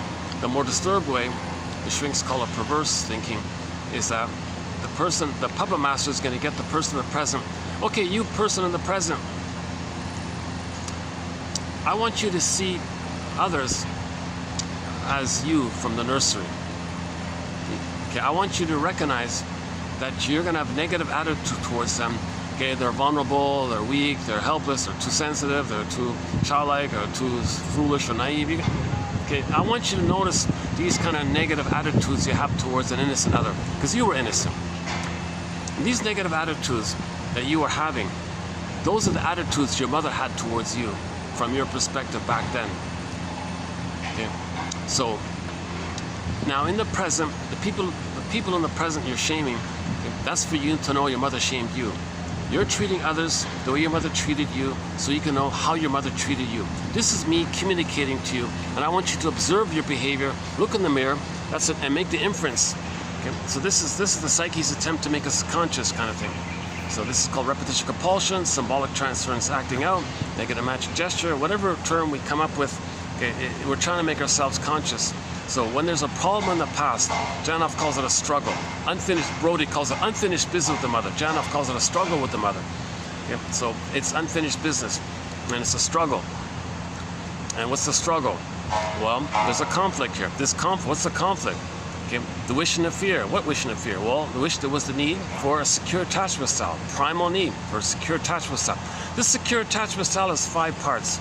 Okay, paradise in uterus, natural birth, laboyer, and all this, and then blissful oneness from birth to 4 to 5 months. Okay, the 4th stage is from 4 4 to 5 months to 18 months, and the final stage is 18 months to 36 months. These 5 stages take like 2 hours each to go through, and I did a part of it in the recent video, so I won't do it here. So, but the umbrella term for the secure attachment style is the umbrella term for these 5 parts is the secure attachment style, and there are various needs within those 5 parts. Okay, so in the uterus, mother, it's got to be paradise. So no physiology mess ups. So mother doesn't drink or take pills and things or smoke and things. That's gonna mess up the child's system. Natural birth. Well, that's a huge topic. Part of it is Le Boyer's famous book, 1975 book, A Birth Without Violence. So there's got to be like and the positions. The gynecologists talk about the positions. Yeah, the spacing, gravity, contractions. We want a natural tailbone back. There's a whole area there. Klaus Kennel, John Kennel and Marshall Klaus's famous book about the time sensitivity at that moment of birth of mother's hormones to help the baby latch on. Okay, Dorothea Pines about the skin-to-skin contact. Okay, the breastfeeding, of course. The loving gaze. Mary Ayers about the loving gaze. Okay, these 3 parts are needed for the blissful oneness to continue. The Shambhala, the Shangri-La, the Avalon, Garden of Eden, the paradise has got to continue. Babies can't have paradise lost at birth. They need an extended paradise. So that's a very important need from birth to 4 to 5 months. A lot of mothers are not doing this. Oh, there's our little bird here. Yeah, I see him a fair bit. He's got a shiny blue beak. It's hard to get him on camera. Yeah, I can't see him.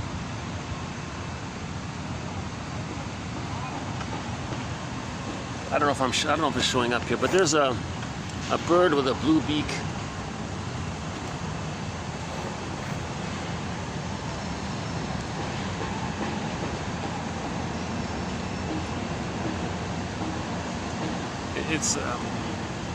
It's not at all a pigeon, but it's totally different from a pigeon.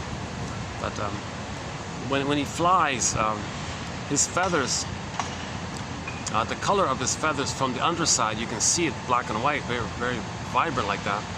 Although the color on the overside is gray, and his beak it's got a shiny blue beak.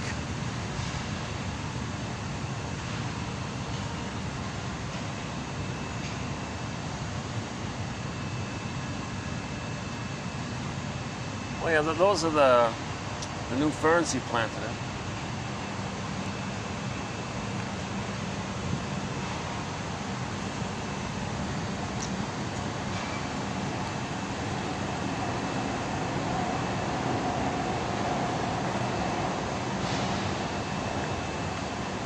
Oh, hang on. Let's check the battery here. Oh, battery's holding up. Okay, good.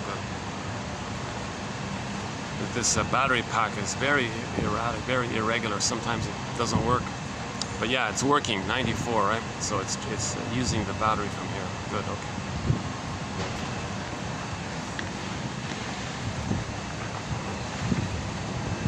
Okay, let's not do the 5 parts of the secure attachment style. It's been done in recent videos. It's a lot of material there. Very important material. The heart and soul of healing is, it's kind of, we need that knowledge of this area. There is knowledge of the womb, womb life. There is such a thing as prenatal trauma, birth trauma, that affects people. So we study this whole area. And the intrapsychic, the interpersonal leads to intrapsychic, okay, which reveals itself later on interpersonally. Okay, so psychoanalysis is the study of all this.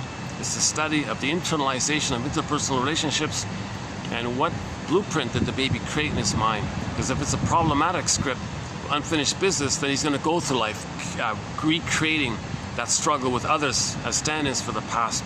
And that's called repetition compulsion.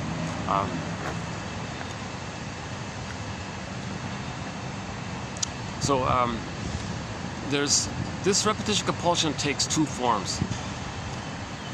The basic, one of the basic points about the 2 forms is this critical phase about the 18-month period where the baby's original infantile megalomania dissipates in normal development. So back up a sec. All babies think they're little gods. Unconditional hallucinatory omnipotence, omnipotence of thought. They think they're little gods, little kings. They're on the throne like this. His Majesty the baby and all this. So there's a whole body of material about what's called infantile megalomania. Solipsism. They think it's just all them. Oh yeah, I just heard a musician who had sort of a schizoid, detached personality talk about solipsism a little bit. He thought that, how does he know what's real and all that? That's solipsism right there. So the baby thinks only what's about him is real. Outside of him, who knows? That kind of thing. So he's still in that oneness place.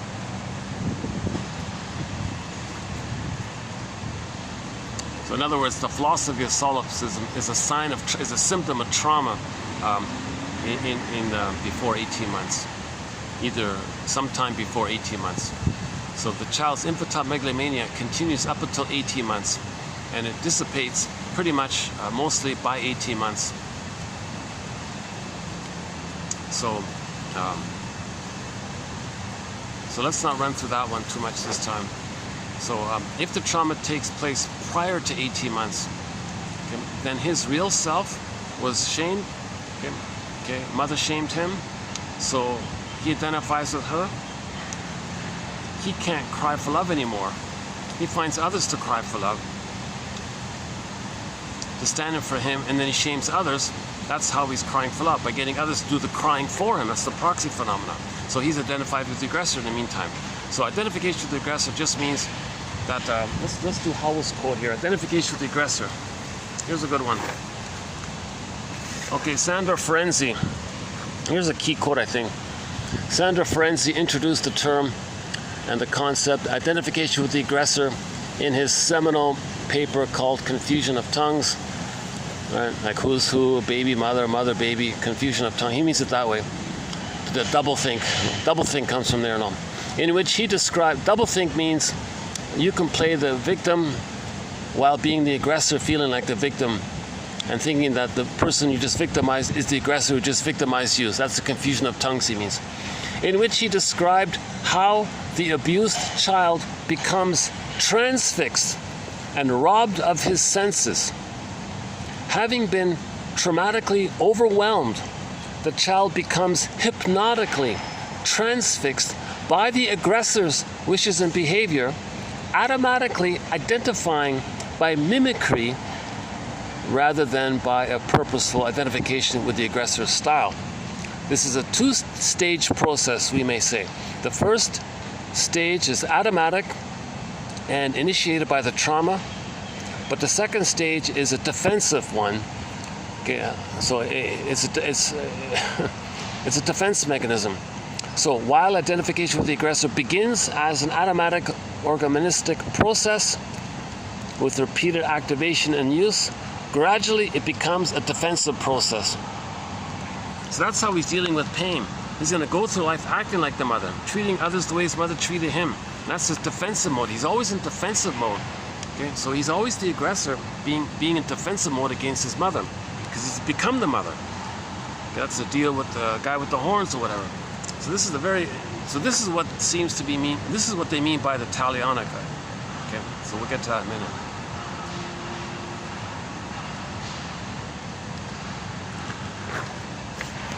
Okay, so if the trauma takes place,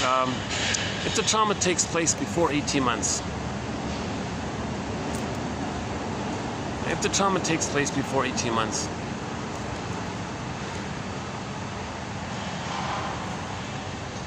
trying to get to, I got too much sun here. Let's do this one.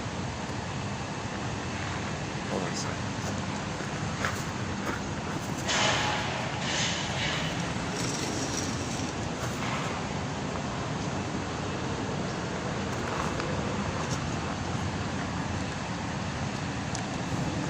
Okay, if the trauma takes place before 18 months, that means the mother continuously, again and again, what does she say? What does she say here?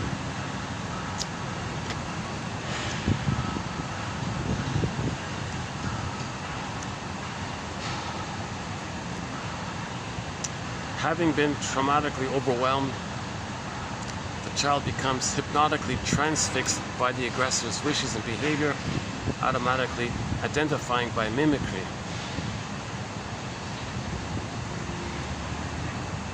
Yeah, with repeated activation and use. So a repeated activation and use, repeated. And some people call this a strain trauma. It's a strain on the child again and again. So at some point, click, he identifies with her. He can only hold his soul for so long. If the mother just shames him again and again, misatune, malatune, okay, using the baby, oh cunning tale, okay, and we got a whole long list of the various ways mothers are shaming their baby, because mothers have the talionic impulse on the baby. So we'll get to that one. So I'm trying to ease into this topic in my tired state today. But I want to take advantage of this quiet venue here on a Monday afternoon here. Because usually there's guests, so I want to take advantage of this time when there's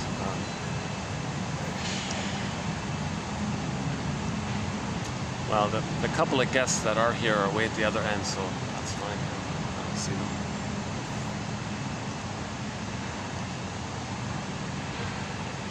See, it's kind of fun on the inside of the restaurant because the wall, the glass wall, takes you right to where the peacocks are. So you can have your meal, and the peacocks sometimes do their thing while you're having your meal. It's kind of fun.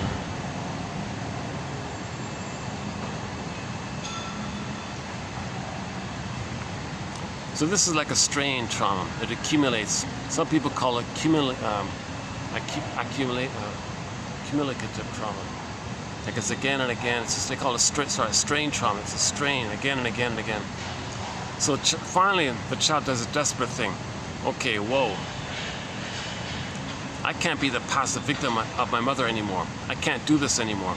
I can't be shamed by my mother again and again and again, day after day, so many times a day, day after day, week after week. The child does a desperate thing. I can't take this anymore. He's transfixed. Remember a howl here? He's transfixed. He's hypnotized, robbed of his soul, his senses, overwhelmed. Okay, then whatever the mother's doing, okay, the child's gonna mimic it, and that's a defensive thing. So he did it as a defense mechanism to not feel the pain of mother hurting him again and again and again. He'll identify with her, okay, think like her, act like her, believe like her, be like her in every way possible. Okay, and then he will minimize the feeling that he's always the passive victim if he's going to be the active aggressive one. Now what's going on in the memory system? Mother shamed him again and again.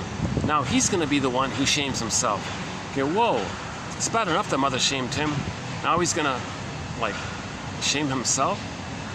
Like, Jesus Christ. So what does he do now? So now the second part of the defensive process is he'll find proxies for him and shame them as a trick to not feel how he's shaming himself the way his mother shamed him. So that's part of it. Yeah, that's just part of it. So that's called externalization. He's going to externalize his wounded, shamed soul onto a non-threatening substitute other. Okay, so now it's externalized. When it's externalized, you see it outside. It's like a projection. Like your attention is out like that, so it distracts you from what you're really feeling within. So it's externalized like that. That's part of it. So you project your shamed soul onto others. See yourself there. So now you're going to shame yourself. So you're shaming others. So you feel like the active aggressor. That minimizes the pain. It lessens the pain of others shaming you if you distract yourself from the feeling of you shaming yourself now as you shame others, and you focus on others being you as being shamed. Them being you, them playing your shame self. It distracts you from feeling how you just shamed yourself. So there's like a double shaming going on. You're shaming yourself and you're shaming others. But when you shame others to distract you from how you just shamed yourself, to be loyal to the mother who shamed you, and get them to cry for love, and you say no to them the way you originally cried for love and your mother said no to you, then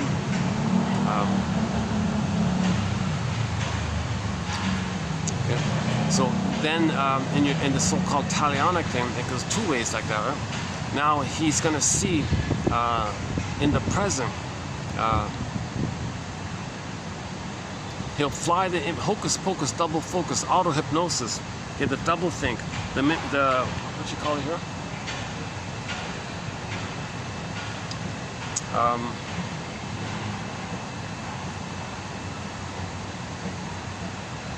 Automatic identifying by mimicry.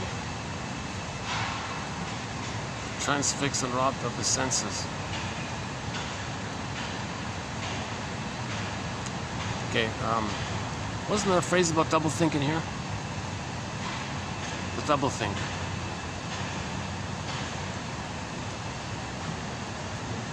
Ferenczi introduced the concept and term identification with the aggressor in his seminal paper, Confusion of Tongues, in which he described how the abused child becomes transfixed and robbed of his senses. Having been traumatically overwhelmed, the child becomes hypnotically transfixed by the aggressor's wishes and behavior, automatically identifying by mimicry. So the first stage is automatic, initiated by the trauma. So the mother's like on the outside. That's the first part. The mother shamed him, and his response is defensive by identifying with her. It's a defensive process. So that leads to the double thing, because you're playing two. You're both, right? You're both the victim and the aggressor, basically. So you find someone else to play the victim you. So you shame yourself, and you're the aggressor, and you shame them. Hocus pocus, double focus, it flips. Okay? Because of your anger at the mother, you now have an opportunity to direct your anger at your mother by seeing the person who first played the proxy of your shame self. Now the person in the present is suddenly flipped. Now they're going to be the proxy of your aggressive mother who shamed you back in the nursery. Now you're in the get back at your mother kind of place. So now you have this now you want to control her and change your ways, mother, and you're angry at her. You want to, okay, now so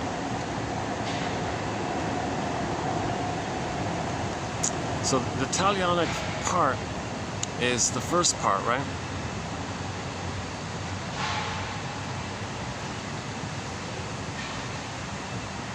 Okay, well, let's pause it here. We'll get back to the talionic phrase.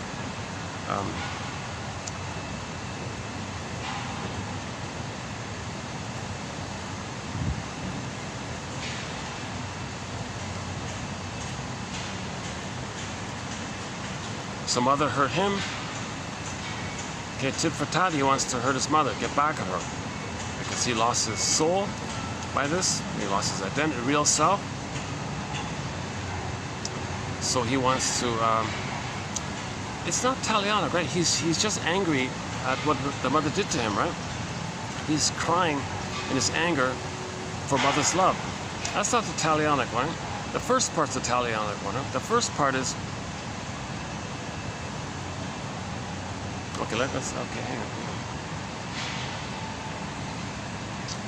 Okay, so anyways, before 18 months, so I'll pick up on that point later. So the trauma before 18 months, it leads to one of the stinger personality patterns, the bully pattern, Iago, okay, very envious character who pits people against themselves. And all of these characters feel an identity when they shame others, the way the mother shamed them. So part of the reason they're always shaming others the way the mother shamed them is so they can have an identity and an attachment and a cry for love. Mother, change your ways. They just find proxies to play them and they say no to them. But the whole process is them, that's their connection to the mother. They become her. So if they become her, that's their only kind of identity, by acting like her, hoping that one day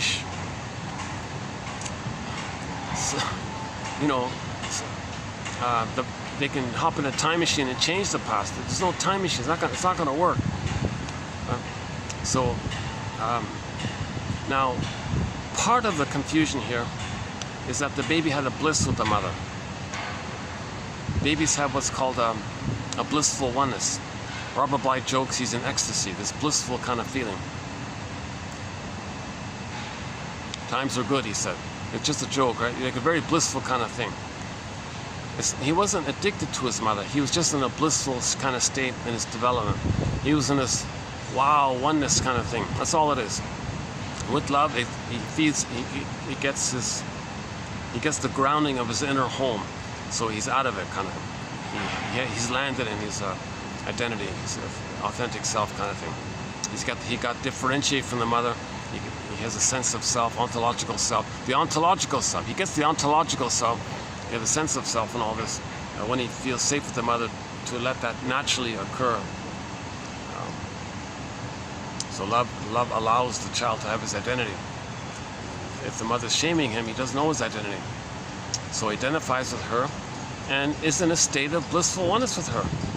So as he shames others, that's called Schadenfreude, because he'll feel the glee of being one with the mother. Now the pain with the mother, A, others express it for him in the proxy. B, the pain of it is numbed over with the endorphins. Okay? So he doesn't feel the pain of him hurting himself while he sees himself into the proxy and hurts them, because it's numbed over with the endorphins. That's part of it.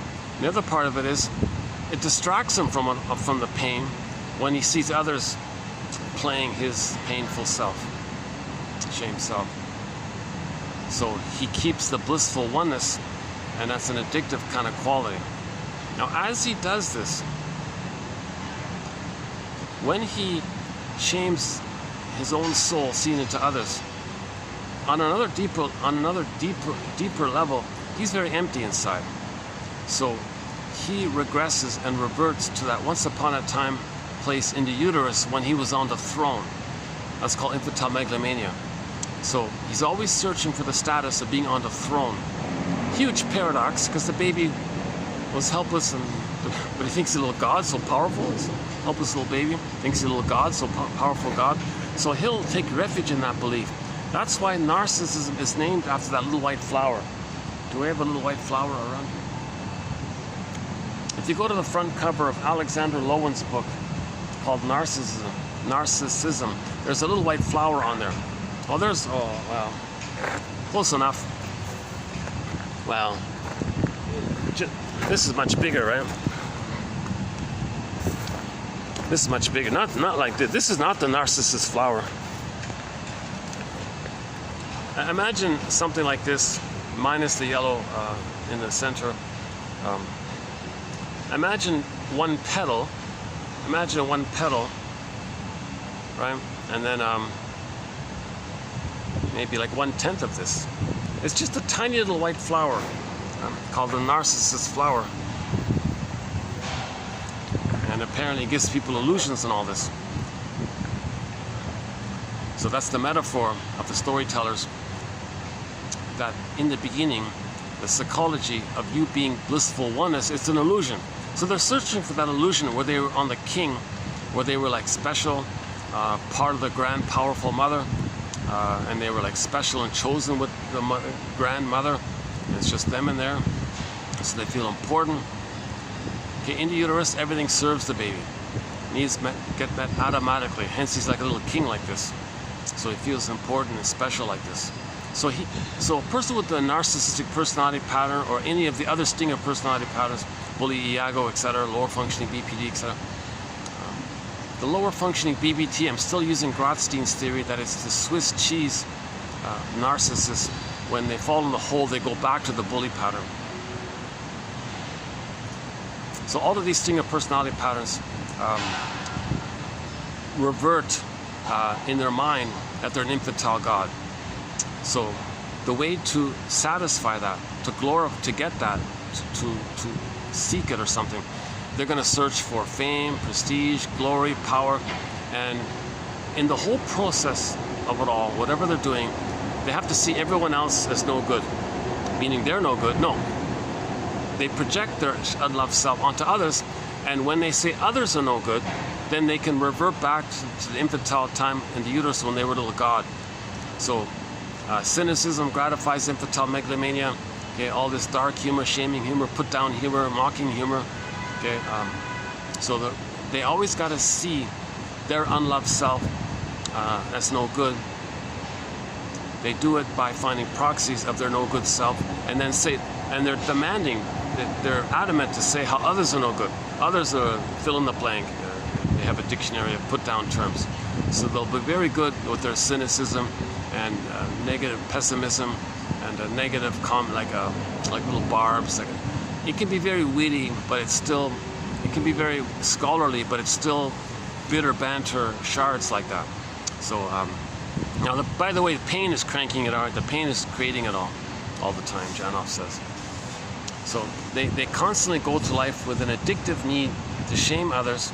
Okay, that's the trauma bond that they have with the mother.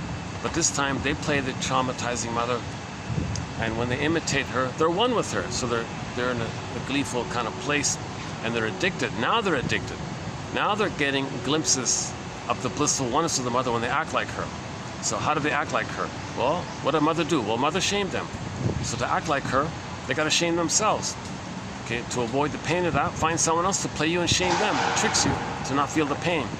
When you see others playing you, displaying your pain, that's part A. Part B, the pain you do feel, you numb it over with the endorphins. So you're addicted to the endorphins, you're addicted to the gleeful oxytocin of being in the blissful oneness of the mother, and you externalize and you're distracted from the pain of it all by seeing others in your shamed self place. So the best metaphor we have for this is Edmund Burglar's metaphor of the record, the 45 record. Speaking of music, right? So the baby has a conflict. He had those needs, but there was a lot of pain experienced. He doesn't want to feel that pain, but he still has those needs.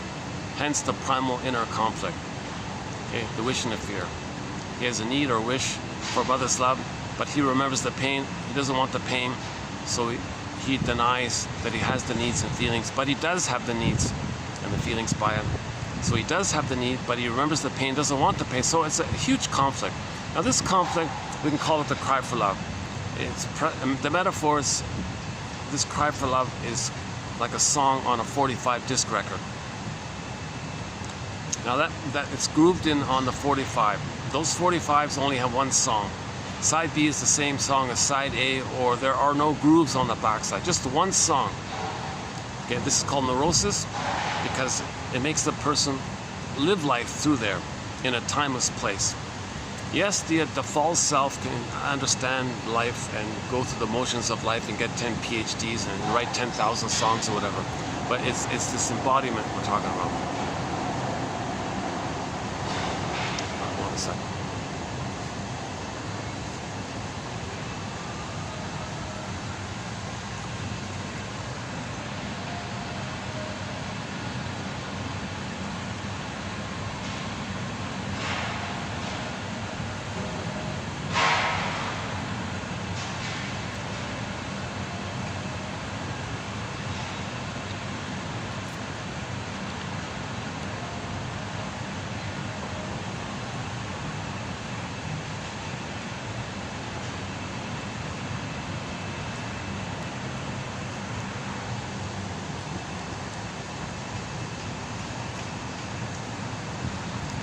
I remember thinking to myself, Marcus, you didn't sleep well last night, so don't do a video today.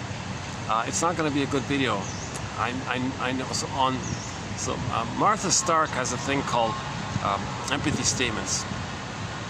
The ego, she calls it the ego and the id statements. You acknowledge the both in one sentence. So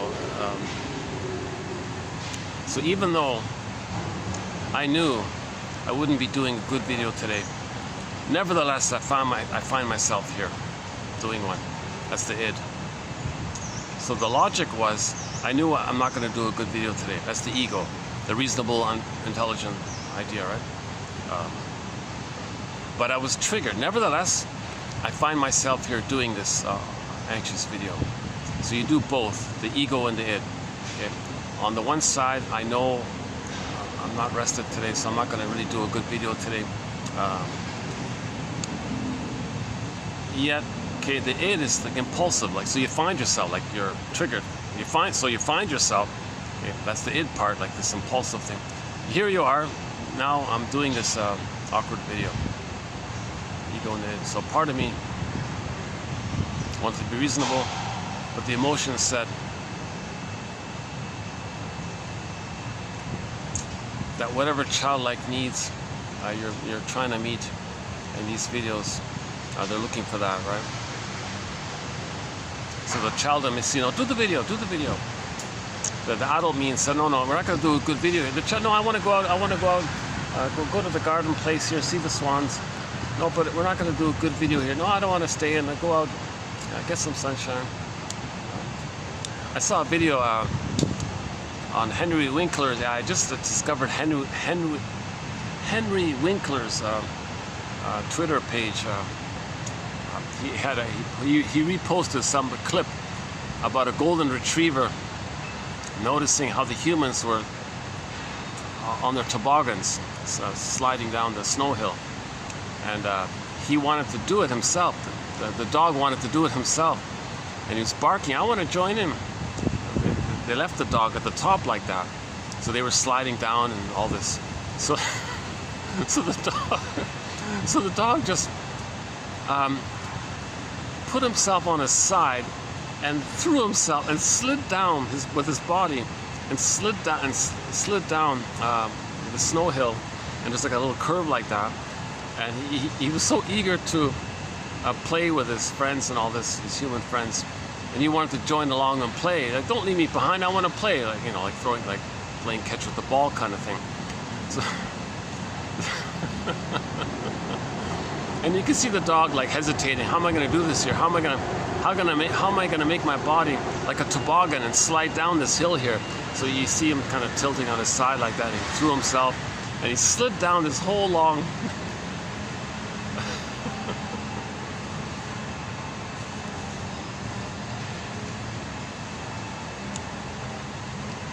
He posts some pretty interesting, fun little things.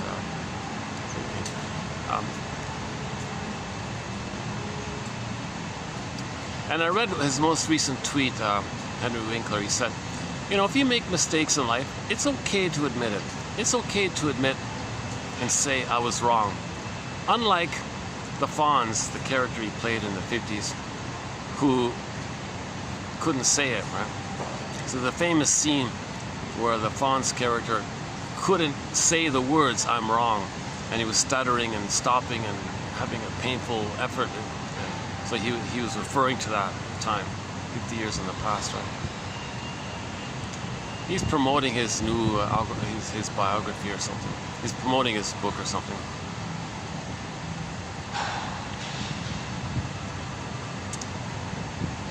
Talk about it'd be interesting to see on a theater stage. No, you couldn't do it on a theater stage, right? Okay, what about Henry Winkler does the puppet thing? With one puppet, he plays himself, and with the other puppet, he has the Fonz character.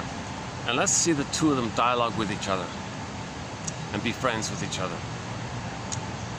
And let the Fonz character help the Henry Winkler person accept the confidence seen by the Fonz character.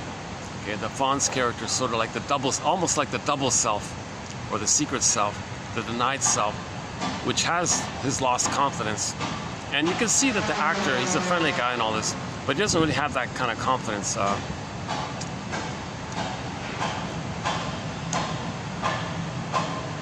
Yeah, back to I don't know if he's on any kind of substance or something, like the Prince character, I don't know. But that would be a huge loss of confidence. If somebody, I don't know, I don't know, but if that's the case, that would be an immediate reference to the loss of confidence, to be dependent on some chemistry to trick your brain to make you in a good mood or something. And how would the person really be if they didn't take that? So the dialogue would be, you want the actor, Henry Winkler, to dialogue with the Fonz character. He couldn't do it as a one-man show. It wouldn't work, right? You'd have to jump back and forth all the time. Or maybe you can do it just like hold like a little mask kind of thing, right? So you stand on one side of the stage and play himself, and just turn around and hold a mask image, like a poster of the fawns in front of him, and play that one, and just have a dialogue back and forth, right? Maybe you can do it that way.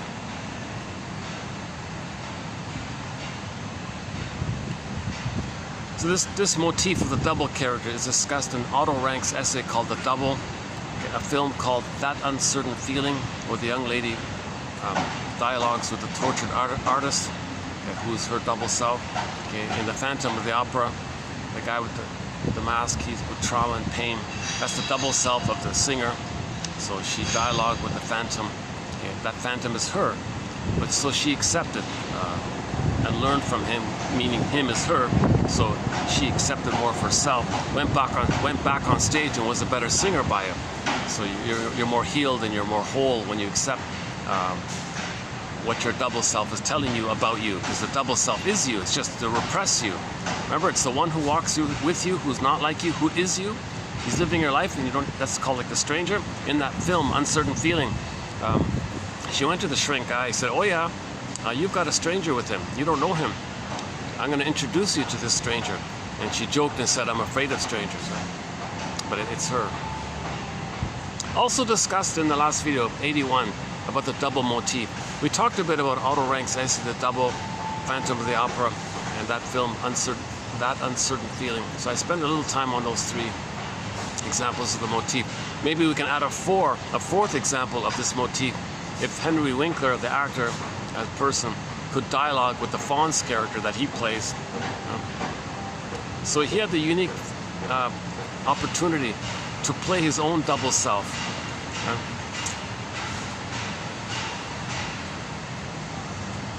Oh, nice day. I appreciate the stuff. They've been nice. I don't know if that fan's doing anything or not, but yeah, maybe it's helping. Because if I didn't have it, I'd be drenching in sweat by now. With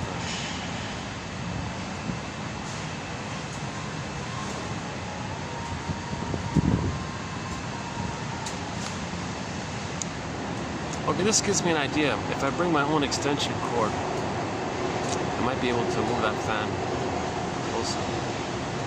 They usually only use those fans for that other end, so they don't need a cord. That's okay, I can bring my own cord, that's okay.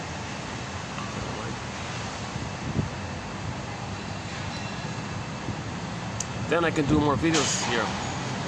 This is a very promising venue, because for the next 10 months, it's going to be in the 40s with the heat index, right?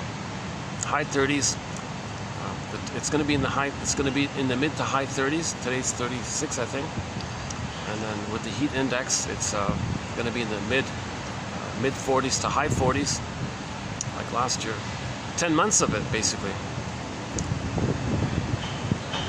But if I can figure this out with the fan, this might be a regular spot. Yeah. It's almost like sitting in the park. It's amazing, right? Because I got these huge buildings all around me, right?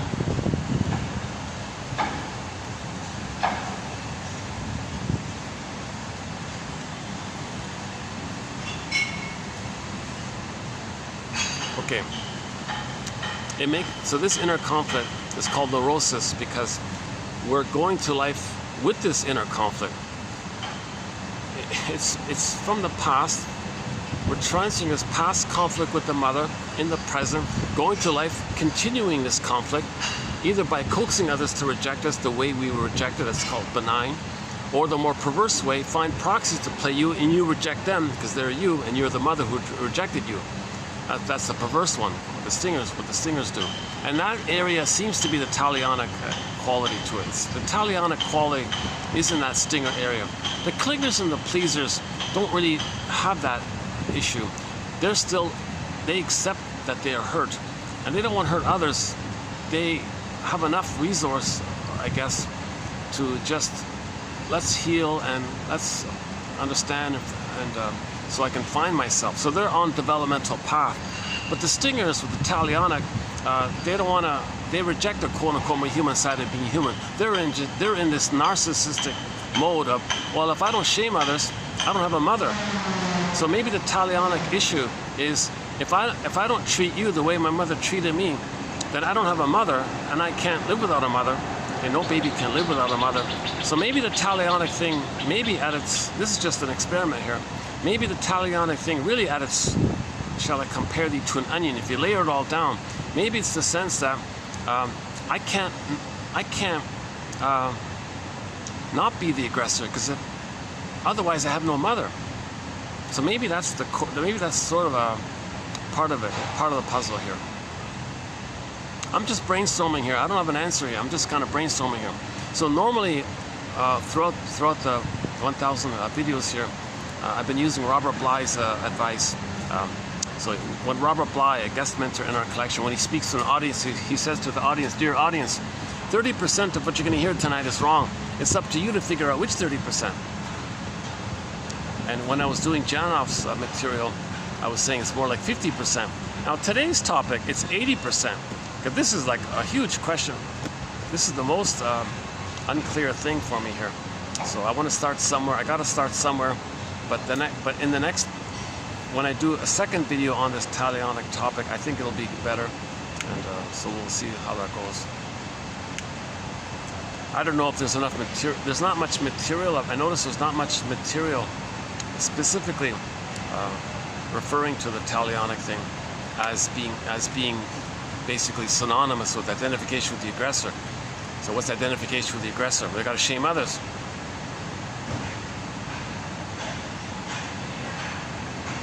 Mother hurt them, so they want to fight back at the mother. They displace the mother onto the victim. Someone else can play mother, and you're angry at someone else. Really, it's the mother. Morton Keeson says, these negative feelings you're having towards people in the present, now take it to the source. Take it to the source.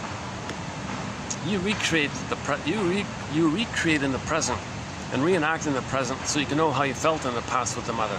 Take it to the source. So for more on that, go to TQ 2291 and 2, Morton Keeson, K-I-S-S-E-N, 2291 and 2. Those two quotes, those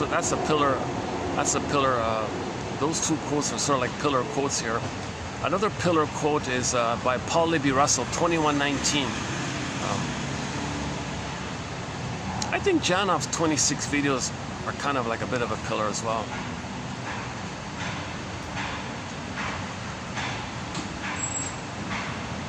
Wow, no, that's different though. Okay. Your mission, should you choose to accept it, is to check out 2119 by Paul Libby Russell, and there's some more of his quotes post that. And Morton Keeson, 2291 and 2, about how dysfunction and this loyalty to the mother, pleasing the mother, trying to save the mother, protect the mother, heal her, cure her, so that you can have a good mother. So you're imitating her, to stay with her, to be with her, hoping if you're being with her, it's your some kind of convoluted attempt to maybe save her. Okay, the baby has magical thinking. When the mother shames the baby, everything's love or a cry for love. The baby says, hey mother, where's your love? It's not there. Oh mother, you're crying for love then. Your hate is a cry for love. So hate is an expression of unmet needs. The mother has received an insecure attachment, so that's why her hate is there. Oh mother, I feel your hate. Well, that's a cry for love, because you didn't get love, that's why you feel hate. Okay, well, don't worry mother, I'll be the good mother that you needed back then. We're already merged. I'll just be the good mother for you. Baby can't do it, but he's got to try. He's got to have a good mother so he can receive mother's love to know himself. So he's got to try to save the mother. Omnipotence of thought, magical thinking. He's got to try, kind of thing. What's he going to do here? He needs a good mother to know himself. The mother's hurting him. Well, save her, fix her, correct her, heal her. So they're already one. They're already merged. In the pain of being traumatized by her, he's going to identify with her, thinking that if he identifies with her, then maybe she will feel seen, and maybe, look mother, I'm acting just like her, do you feel seen? Your mother didn't see you, I'm just like you, do you feel seen? Does that help? It's not going to work. No baby can save the mother. No baby can be a mother to the mother. It's not going to work. So Morton Keeson, his summary sentence was, dysfunction means you're still trying to save the mother, heal the mother, protect the mother, cure the mother, that kind of. So that TQ20, your mission should you choose to accept it, is to check out, to read 22, 92, and 91. Those two quotes by Morton Keeson.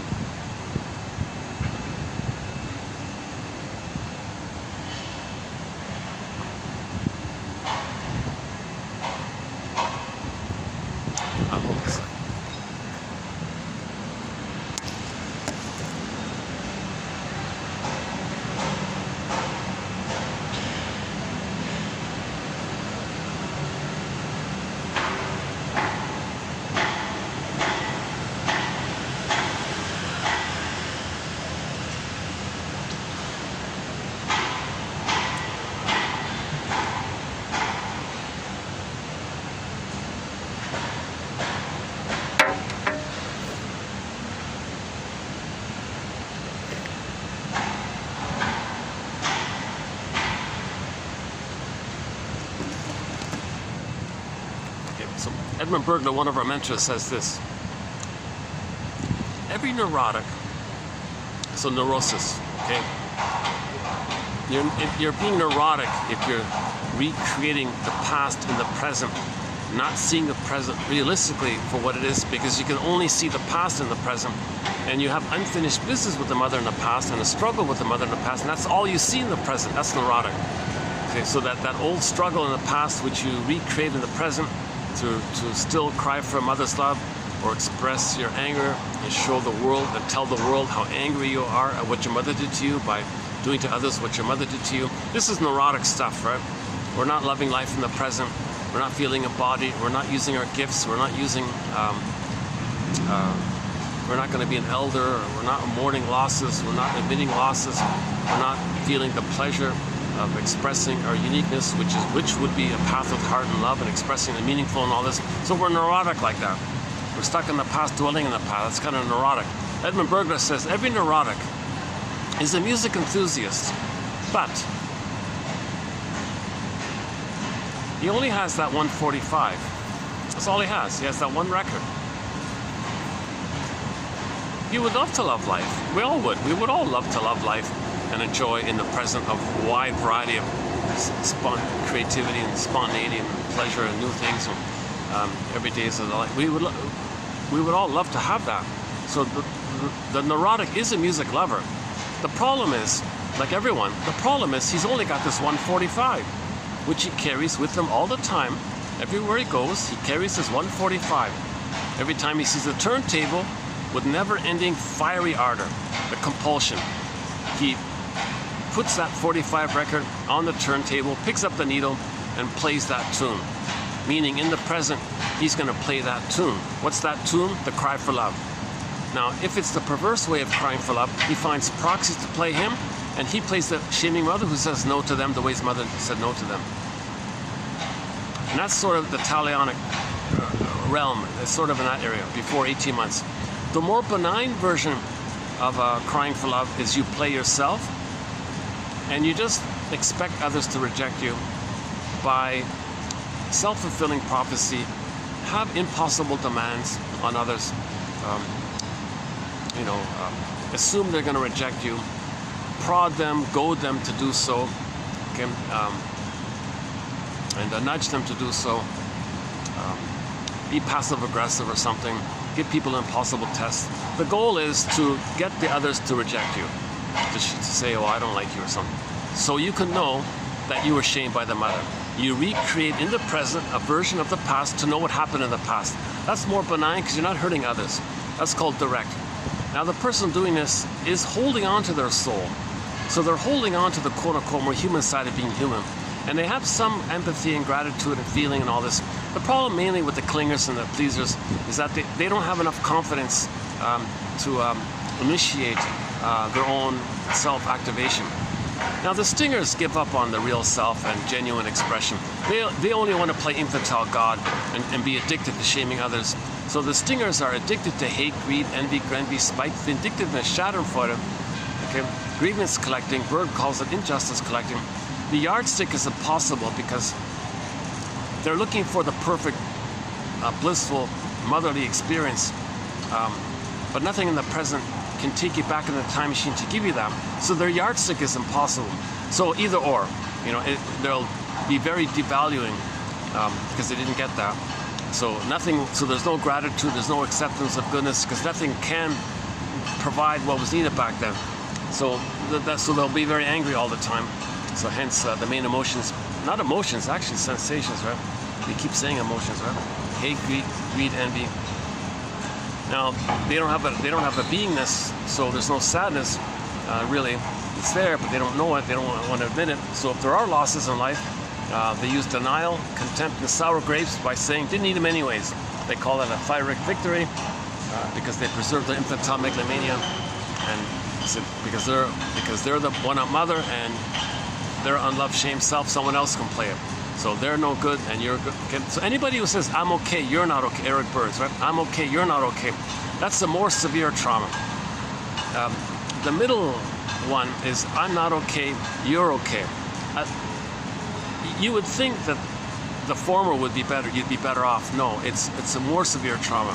It's more perverse and disturbing to think you're an infantile God and reject the more humanness which you see in others and reject, because mother rejected in you. That's more disturbed stuff. At least the clingers and the pleasers and the caretakers and the helpers and the ones who want to help you, how can I help you? Or and if they show their emotions, maybe they fully can't feel their feelings. You might say to them, what do you really feel under those feelings? They're trying to feel, they're kind of in a mixed middle area there. So they're more openly anxious or something. They're more openly childlike or something. And they seem to go through life feeling that others are always rejecting them. Because if they meet a stinger, stingers will reject them. Stingers hate vulnerability and feelings because it was hated in them and they've identified with the hater. Okay. Stingers have lots of envy because mother hated their goodness. They identify with the envy breast, and when they see goodness, they gotta hate it, and they feel gleeful because it keeps them in a blissful oneness with the envy breast. So they're filled with envy. Now the greed is destructive. They don't have gratitude, and they can't accept and admit gratitude for goodness, because that would imply that they were loved. To be able to accept goodness, that would bring up too much pain. It's a defense against the pain that would be triggered up. They hate goodness. So envy is going to be very strong there. Once again, envy means hatred of the good, because the mother hated their goodness, child's goodness. Oh, the guy's back. See?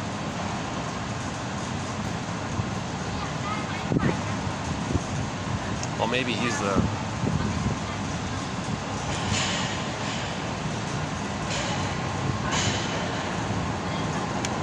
Yeah, I'm just noticing the nice little yellow flower. Can you see it there, the yellow flowers in the distance? Just sort of on the second floor of the restaurant there.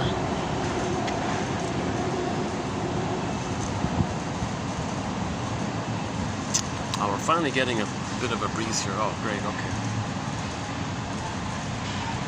Maybe this fan thing's gonna work out after all. Oh, I see. See, now I could move over because the sun is blocked behind that building. So I could move over there and get more fan, right? Yeah. Oh no, acronym. Options, not obligations. Options. So one self-help author I remember has the acronym ONO. Options, not obligations. We do have a thread in our collection of a self-help thread. So that's sort of on the lighter side here. Just some interesting self-help quotes, self-help exercises. Just band-aid kind of thing, just fun little things like oh no, for example. One self-help exercise is to fill in the blank. What's the hardest thing about? And you fill in the blank. It prompts you to free associate, and it's a self-soothing exercise. It prompts you to free associate. So it's kind of both. It's a halfway self-help exercise and a halfway analytic exercise, because it prompts you to free associate. Okay, how to make an I statement. TQ20. Okay, your mission, should you choose to accept it, is to look up TQ2360, Susan Campbell's model of how to make an I statement. That's a good start, I think. She calls it the unilateral repair statement from her book. It comes from her latest book, written at the age of 80-something, From triggered to tranquility. Not a bad exercise.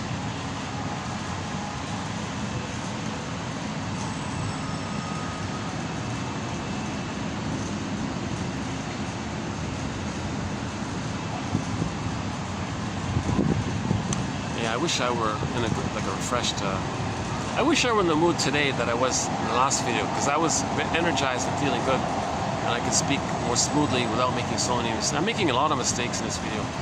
So once again, I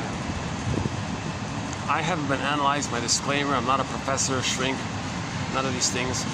So I only have a BA. Keep that in mind. I'm the compiler of the quotes. I'm trying to learn this. So your mission, should you choose to accept it, is to judge the quotes directly for yourself, between you and the quotes yourself. Click the more link, they're there. Or I personally would recommend that, getting for the minor admin fee, to have the whole encyclopedia on your iPhone. You can read it offline, kind of thing. A lot of great quotes on there. Hard to find quotes. Getting harder. They're getting harder and harder to find. Like those Masterson quotes, they're extremely hard to find now.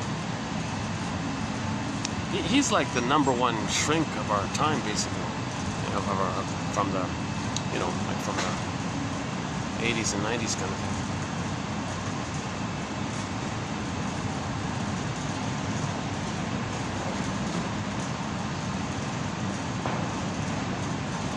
Even his self-help book, he wrote one self-help book called The Search for the Real Self, as a bridge to his other works. Even that book was removed from the libraries. I can't believe it.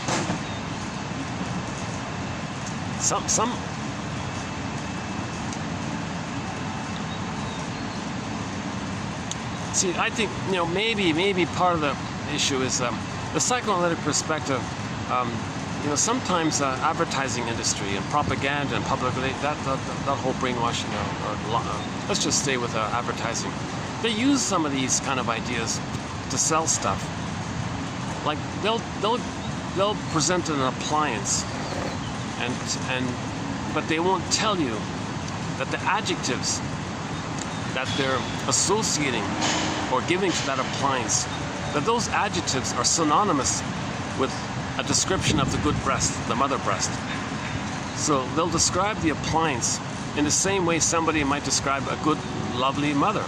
A wonderful, reliable, durable, safe, steady, consistent, you can trust it, there for you. They'll go on like that to give you that kind of maternal-like feeling, to associate your need for a good mother experience. Oh, and you buy the product like that. So they kind of like don't want people to think reflectively of how their unmet needs are being tapped into to sell products. That's just part of it, and then it goes on with in other areas, of course, the rhetorics and all, propaganda and all this.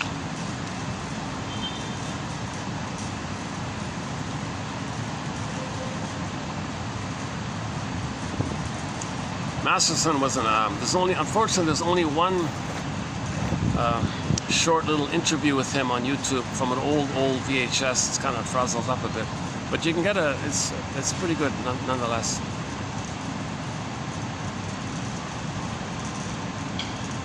He writes clearly. He synthesizes object relations theory, developmental theory, and makes a lot of contributions himself. He really advanced. He talks about relational units, like the psychic templates of relational units, that whole area, the wo-ru and the ro-ru, the withdrawing object relations unit and the rewarding object relations unit, and the linking affect. It's like a part self fused with part other, and another part self fused with part other. It's an interesting little, it's a helpful, it's not perfect, but it's not a bad little model.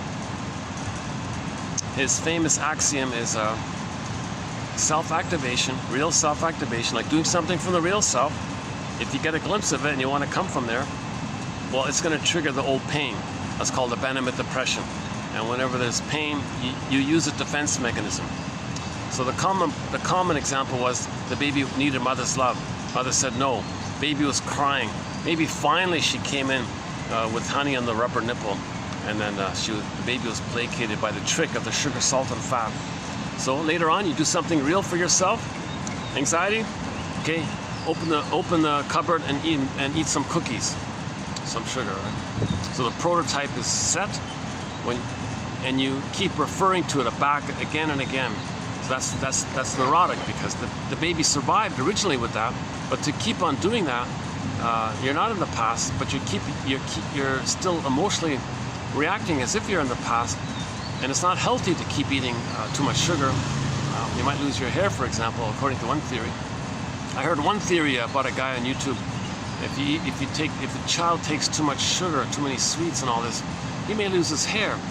So the whole theory about that, I won't run through it here. I don't know, question mark about it. In a nutshell, he said, our body expects whole foods, like natural foods. Like if you eat an apple, there's natural sugar, but the sugar in the apple, it's part of the juices and the pulp and the skin, and you know, the whole thing there like that. So when a person eats an apple, the body understands the whole thing, and the thing it processes the apple normally. But let's say you take the sugar, the sweet part of the apple, and you condense it out and dry out the sugary part of the apple, and have like apple, do they have that, apple sugar or something? I don't know. And you remove the water, you remove the pulp, you remove the skin, and you only have the sweet part. Maybe like sugar beets. Let's try it with sugar beets or something, or sugar cane or something. So you just extract out the sugar part away from the water and the pulp and the food. Okay, and now you got a concentration of the sugar. It's processed and all this, and now you got processed white refined sugar and all this. And if you take that, the body, and you take some of that processed sugar in the candy bar or cookie or whatever, the body receives the sugar part and goes, hey, wait a minute, where's the sugar beet, or where's the sugar cane, or where's the apple? What's going on here? I got the sugar part, where's the water that's supposed to be with the sugar? So the body's freaking out here. Okay, we got all this sugar here, and the body wants to process it the way it normally wants to process, but wait a minute, where's the water? So the body, in a panic, scans around the whole system looking for water to dilute the concentrated sugar. So it goes up to the follicle. So one option is it may go up to the follicles where there's some moisture and suck out the water in the hair follicles, scalp follicles, to divert the water in the scalp to the concentrated sugar to help process the concentrated sugar. Meanwhile, the poor follicles have been deprived of the water there. The follicles, the hair follicles, dry out, and the hair falls out. Just one theory like that. So it's dysfunctional to eat too much, to be an emotional eater if you're not physically hungry, because you're triggered. The first response to pain was mother put honey on the rubber nipple. So anytime you feel lonely or stressed or upset or something, you might eat sugar, like the lesson learned, like the blueprint is there. So stresses in the present triggers the activation of the blueprint. So the blueprint was a circuit, a union of the trauma and the first response to that trauma. It's like a unit like that. So present stress has triggered that original response in the past. That's dysfunctional because the present isn't the past. So Janov gives a fair bit of examples in this area. One dramatic one was the poor baby in the uterus was traumatized, and in a desperate panic, he constricted his bronchioles while in the uterus, in the water world. He was in the water world. He had to constrict his bronchioles. Later in life, when there was a little stress in his life, he had an asthma attack. Wait a minute, there's air in the present, but he's acting like he's back in the water world. So he had an asthma attack. He had to dive for the puffer. What if there's no puffer? Very dysfunctional to use an original response that saved you, to keep using it in the present. The present isn't the past. So that trauma in the past keeps us in the timelessness of the past, and we keep using that old timeless original prototype response of stress in the past in the present.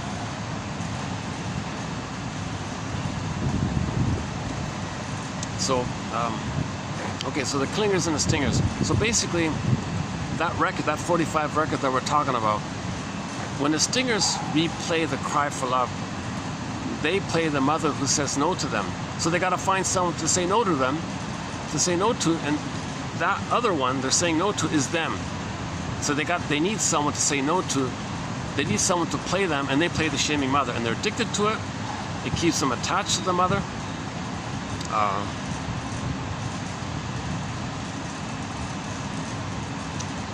And this issue of talionic, they link it to like your identity and all this. So if your identity is to be the shaming mother, and you can't, if you don't have the chance to shame others, then you feel like you don't have your mother. But being one of the mother is your identity, because you don't have your real self anymore. Well, you have it, but it's just frozen and exiled down a tunnel, lost in the forest. You have it. The goal of healing is to find it, to get it back. Because if you don't get it back, you're going to be addicted playing infantile God. And the talionic thing seems to be, well, if I don't have an identity, I'm enraged, so I got to get my identity back. So they're hurting others because they lost their identity with the mother. Maybe a little blurring there. Okay, let's when I read the quotes, maybe it'll become a little clearer. When the clingers replay the trauma, it's more benign. So let's back up a sec. When the baby comes out of the uterus, no mother's perfect, right? So when the mother makes a mistake or something, the child will be like a little judge. Fairbairn calls it the moral defense. He's going to be like a little judge like this little gavel there. Oh, I'm in pain. Mother hurt me. Well, I got to make a decision here. Well, mother must be seen as good. I'm in pain, so... Oh, what happened here? Lighting? Okay. Let's check the battery here. Battery's holding up. 430, 428. Okay. So I've got about an hour and a half here. Yeah, okay. We'll get into the quotes in a few minutes. Fairbairn's thing... he calls it the so-called moral, a confusing term. Moral defense, what do you mean? He means like the baby's gonna be like a little judge making this moral decision. All right, mother's good, and I'm no good. So all babies begin with, I'm not okay, you're okay. Mother must be seen as okay, even if she's hurting him. He'll deny and hallucinate that she's a goddess. He must see the mother as okay in order to feed safely, even to take in the powder stuff. He can't be terrified of his mother, so he'll deny and make up a goddess and feel safe. So all babies begin temporarily, briefly, the theory is with, I'm not okay, you're okay.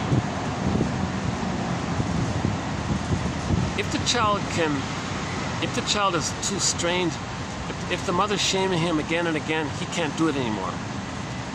So his not okayness, he'll project onto others and say, others are not okay, you're not okay.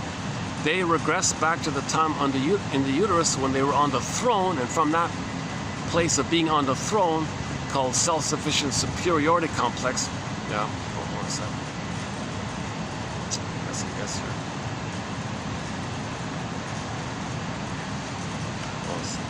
Oh yeah, a van just pulled up with some guys here. Well, they're gonna go inside. All right, good. Actually, now it's not too. Now it's not too bad. It's cooled up a little. Well, maybe it's just the fan. Why am I talking about the fan?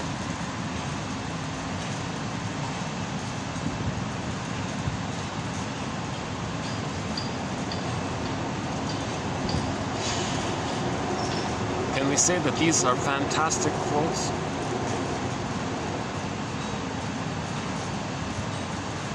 Doesn't quite fit, right? These quotes are clues. Let's just call them clues. And each person is meant to be their own detective. These are clues. These quotes are clues. So all babies begin with, I'm not okay, you're okay. Once again, he's too pained, projects his not okayness onto others and say they're not okay.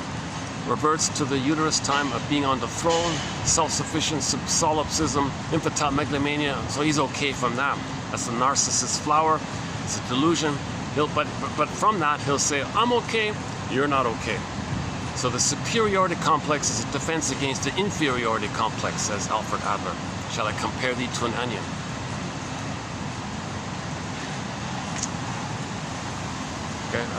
Now, with the clingers and the pleasers post 18 months, they don't do that. They don't cross that line, so to speak. So they hold on to their quote-unquote more human side of being human. And they've graduated past 18 months. But they're still very childlike. They're afraid of, they don't really know what their interests are. They don't really know what they truly like. They're searching. They're hoping for someone to coach them and help them find their interests, support their now avoid your phase, seek out forth and find yourself. They're still in that kind of searching kind of mode. The stingers, who cares about that? They're just addicted to playing infantile God all the time and shaming others, and so they're just in a addicted kind of state, and they go through life searching for opportunities. They don't sing the song "Find Me Somebody to Love." They sing the song "Find Me Somebody to Damage and Shame," and because they're addicted like this. They got a lot of tension. They got to blow off steam all the time. They don't feel, so they got tension and steam, so they're always a little bit in that kind of mode. It's not a perfect theory. Again, these are ballpark approximations. These theories are just ballpark approximations. If the clinger can hold on to a soul post 18 months. Oh, another band. Oh, the second band just pulled up. Yeah, a popular venue here. Yeah, popular venue.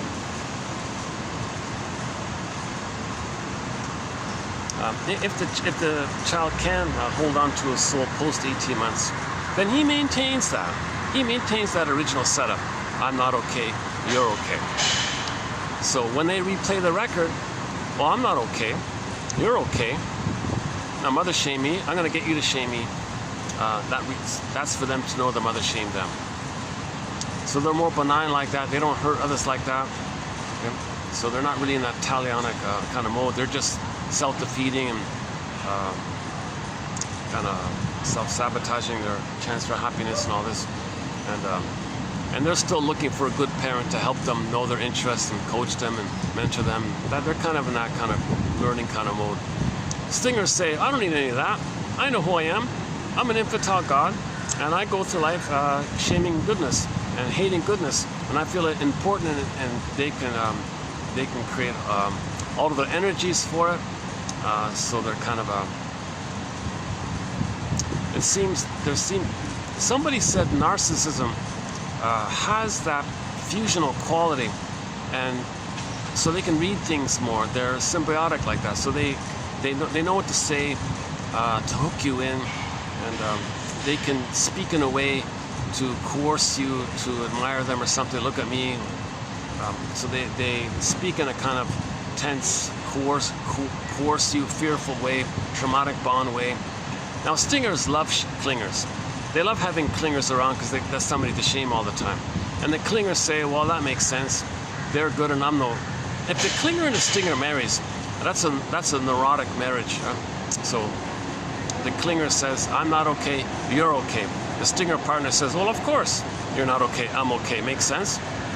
So when the stinger hurts the clinger says, ouch, but that makes sense because I'm not okay, you're okay. Stinger says, oh, good, this fits perfectly. He gets this addictive supply of hurting others. Then he feels one with the mother who hurt him. His only bond is to the mother who he's merged with. He doesn't love the clinger. He hates the clinger. He shames the clinger. The clinger is just useful to shame because the clinger is the proxy for their shame self. So the clinger is only useful to play their lost innocence so they can shame because the mother shamed them. They just made that deal with the guy with the horns. Once again, baby makes an imago of the mother in a frightening way. There's some of the slogans. A lot of the slogans of the stingers are always about survival. My greedy, your greed. The stingers are greedy because they believe from the survival traumatized mind in the first brain, in the limbic system, bottle schedule, that'll do it. Being removed from the baby, the mother, put on a scale, weighing the baby, all these kinds of things will do it. They'll say, well, and they create an image of the mother as a hungry wolf, right? Identify with that. And they'll say, well, if I'm not greedy like the hungry wolf, my mother's going to eat me and gobble me up. Whoa. But they see the mother onto everybody and say, well, my greedy, your greed. Nonsense. They only see the world through that earlier time of trauma. They don't understand really. They don't believe really or trust really that people might think in a more quote-unquote more human way, compassionate way, or like an empathy way. They don't believe in empathy. They don't understand empathy. Gratitude is not there. They can't accept gratitude because to accept gratitude, to be grateful for something, will bring up all the pain of not being loved. They don't want to feel that pain, so they got to reject. I think that's kind of good. In fact, if there is something kind of good, they want to see it damaged. That's the envy part. So they want to remove the source that might trigger their pain. So they don't want to see goodness. So the hatred of the good is envy. Right? So stinger personality patterns, they're kind of very aggressive. They're more aggressive. Hate is sort of running the console kind of thing. And the hate just means they didn't get their needs met. So hate is peers. So in the Disney film, when joy and sadness got zooped away, that's the middle mammal brain. When joy and sadness got zooped away, then that's a pain like that. So joy and sadness got zooped away because the needs weren't met. Anger is the idea that the baby is in a desperation to get mother's love. So he's angry. Now he wants to control the mother, possess the mother, devour the mother. Anger is about like wanting to control the mother. So they want to control everybody, control the OCD kind of thing, because they see the world as mother and they want to control everything. So they can be very controlling and demanding and all this. Now, you might wonder how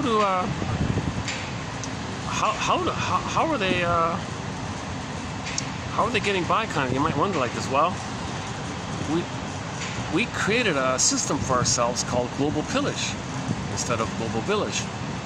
So 10,000 years ago, when we switched over to global pillage, you need narcissistic stinger types in order to pillage and plunder. You need people who hate goodness to pillage and plunder. So once again, 2725 part 3 of 3 for our list on the 48 symptoms of Homo traumacus. So stingers are rewarded and more than the clingers, because the clingers are... See, the clingers have a difficult spot because if a clinger marries another clinger, they're both going to compete. Could you support my development and individuation? No, could you support my development? So they're both competing to say who's going to be the good parent, but they're both still childlike. So they're going to argue a lot like that. Now, if the clingers are conscious and they make I statements, 2360, for example, they can grow together, heal together, and the marriage can be a psychological healing spiritual path they can develop because they can make I statements. Clingers can make I statements. Stingers, oh, they mock it. Get over it. All their slogans and songs, the negative, toxic masculinity kind of slogans and all this. They'll hate it, get over it, and put it down, and mock it, shame it, ridicule it. What's wrong with you? Grow up. They'll attack it because their vulnerability was attacked by the mother. But the clingers can make, if they make I statements together, they can grow together and both get to the place and help each other get to I'm okay, you're okay, and both love life together and share their gifts together. And there's a real delight. They both can heal. So marriage can be a healing journey if they're both conscious and make I statements. But if the clinger marries a stinger, it's not going to happen. Because the clinger says to the stinger, could you help me? Doesn't know what you're talking about. I have no idea what you're talking about. I only want to shame you and damage you and be envious of you because I'm only married to mom. That's my identity, that's my safety, and that's my bliss and excitement. I don't know what you're talking about. Are you kidding? You want some kind of goodness to support? I never even got to your place, and you're wanting something like you're actually further ahead from me, and you want me to support you even further. It doesn't make sense, right? The clingers don't know they're doing this, so the clingers say, all right, well, I'll save you. I'll make you be a good, loving, caring person. The stingers hate that. That's goodness on your end. I hate goodness. I'm going to damage that. No, I'm going to try again. I'm going to damage it and try. So this goes on for a while. On average, 6 to 7 years. It takes 6 to 7 years on average for the clinger to realize that the whole time they're being so nice and helpful to the stinger, that the whole time the stinger is hating them. The clingers finally wake up, leave, and write a self-help book entitled Codependent No More. And they might play April Wine's song, I Won't Walk Down That Road No More, where they always gave their soul away, and the stingers just... So the clingers do a thing called, the clingers see the lens of I'm not okay, you're okay. The stingers' lens is, I'm okay, you're not okay. So they're just interlocking. It's like a folie douce kind of folie douce kind of shared delusional madness. The clingers might sing all these survival songs. I will survive, Gloria Gaynor, I will survive, and all these kind of songs like this. And they're surprised that this happened. So one of our songs on our soundtrack is Delirium, the band Delirium. They do an acoustic rendition of their song After All. And she talks about that a little bit in there. So a lot of songs are about clingers. A lot of songs and self-help books are written by pleasers and clingers, surprised at this. It's a rude, so-called, because they graduated post it. They don't know it. They don't remember that. They got love past 18 months. They don't know that narcissism exists like that. They've graduated out of it. They don't remember it. And because they do it. So what clingers, the mechanism that clingers use is called sweet lemons. Well, the stinger's not sour. They're sweet. They don't see the reality. They only see the projection of their need. The clingers have a projection of the need to see the stinger as a caring, supportive person. They distort the reality because they only see the need. They only see the need. Huh? They don't see the reality. It takes them 6 to 7 years to see the reality, and they feel really pretty badly, obviously, and they want to run away or something. And never again. I won't walk down that road no more. Sings Miles Goodwin of the band April Wine. He passed away a couple of months ago. Miles Goodwin, yeah. We have three songs on our soundtrack from that classic rock band, April Wine.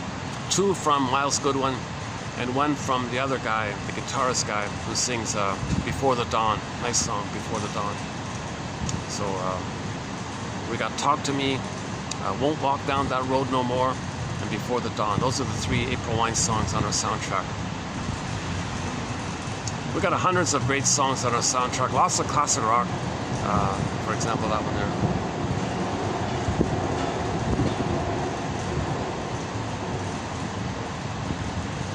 April Wine is mainly famous for Roller and Just Between You and Me, and I'm on Fire for You, Baby. And, what's up with the other one?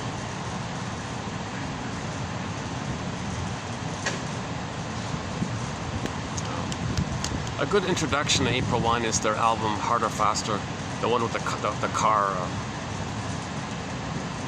It's an image of a car, but you can see it in 2 forms, like the sideways and 2-dimensional, and it's one car. You look at the car and you can see it in 2 ways, right? Like the image of the lady. If you look at it one way, it's a young lady. If you look at it in a different way, it's an older lady, something like that. That album. They've got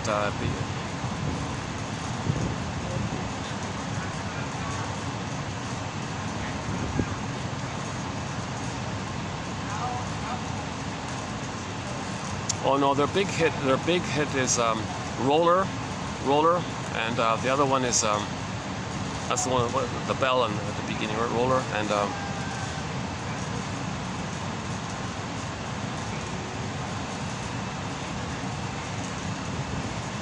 there's another one. I forgot.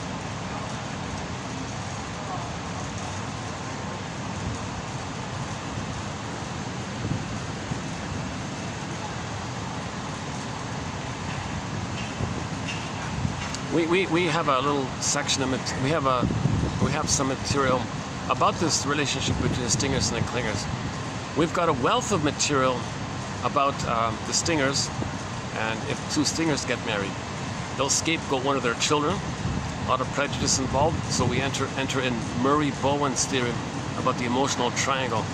If 2 stingers get married, they have a huge scapegoat hunger. They gotta find someone to discharge their tension, so they find a 3rd for that, because they don't want to be angry at each other, because they need each other to take turns playing big shot. Okay, you play infantile God, I get a turn playing infantile God.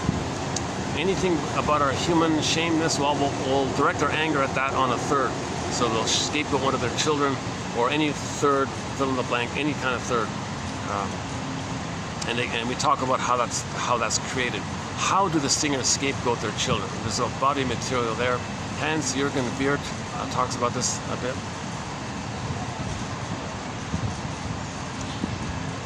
And there's a list of songs we have about the stingers. One about emotional sadism, the dream, the sweet dream, that obnoxious song called Sweet Dreams. Some hurt others, some are hurt by others.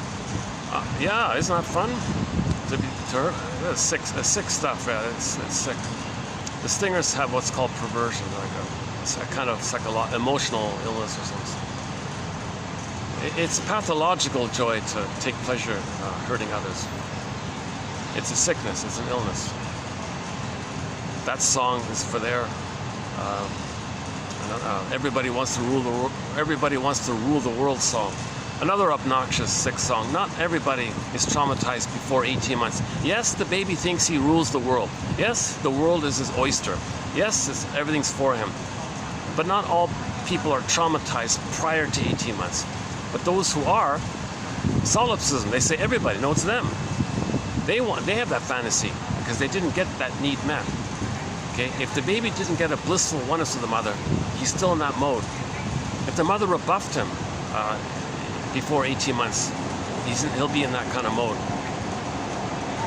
Babies need a non-talionic environment. One of our quotes today. Babies need a non-talionic environment. Yeah. Let's begin. The internalization of the experience of non-talionic relating nourishes psychically, mentally, and emotionally, as recent neuropsychological research has indicated. So now a lot of brain studies, a lot of brain scans. We can see it in the brain scans that babies are nourished when mothers don't hurt them. We can see signs of it in the brain scans. The young self develops through a good enough holding environment which can be envisioned as a familial breast, the family breast, a warm, loving home, in other words, as an extension of the good mother breast, which allows the infant the experience of being held without undue fear of retaliation or undue regard to placating another for their survival. So babies getting loved, they're not being used to please the mother. They don't have to live in fear of their parents. No double binds, no gaslighting, none of this stuff. This allows the young self securely to experience the freedom to express him or herself as an authentic being. This total situation in turn becomes, okay, I'm reading the first 1, 2, 3, 4, 5, 6, 7, the ninth one. This allows the young self securely to experience the freedom to express. It's getting busy now. A lot of cars just suddenly appeared. Maybe Monday night's a special event. Well, the parking lot's half full already. Wow. Okay. If people are walking in front of me, let me do this. So let me reassure people I'm not filming them or anything like that. This allows the young self securely to experience the freedom to express him or herself as an authentic being. As an authentic being. This total situation in turn becomes the basis for the potential eventually to develop an ethical capacity, gratitude, and so on. Soul vision for yourself and others, ethical. Seeing the two sides of the coin, three-dimensionality. We're humans, one family, ethical. When the mammal brain joins that as the console, the ego can see things in various ways. When these conditions are not met, pathologies of the self arise, such as the false self, the as-if self, okay, the narcissistic, the bully pattern, Iago pattern, okay, and so on. So the child needs a non-talionic environment. Some mothers are using their hate and anger and getting even with the mother, using the child as a stand-in for the mother. So that child, that mother is using the talionic issue onto the child. Okay, let's run through our quotes here. Hold on a second. Let me tie my shoelace here. Hold on a second. How did that happen?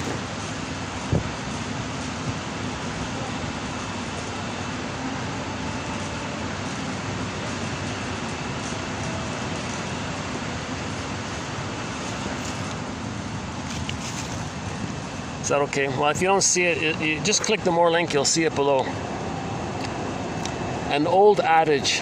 Well, let's just sort of begin with a general sentence here first.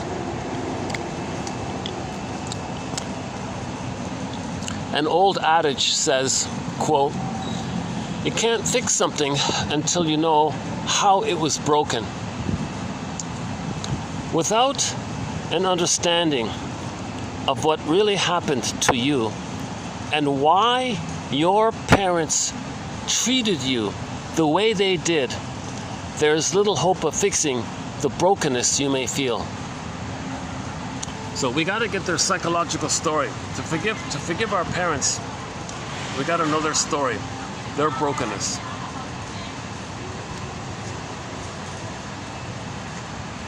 Okay, next one.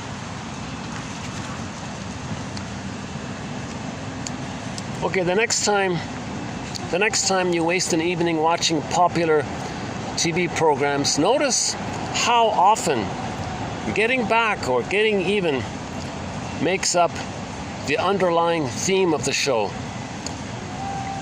right? Yeah, you have that kind of immediate sense in a lot of shows. There's always some kind of like getting. There's a difference between justice and getting even kind of thing. But anyway, sometimes it's kind of confused, right? Like I'm currently watching Amos and Andy, a classic TV show from the early 50s. And it's about a con man. He's a charming, funny, scam kind of guy. And I feel it myself too. Oh, come on. What an awful thing he's doing. He even cheats, lies to his friends to steal things from them. He does all these awful things. Luckily at the end, okay, it backfires on him. He feels some kind of relief. So that's like a theme like that, right? You don't want him to get away with that cruelty. So in the end, his own scheme backfires on him, kind of thing. So you feel a little, some sense of blurring between justice and sort of some right kind of thing, and maybe a little bit of the talionic qualities in there. So let's continue.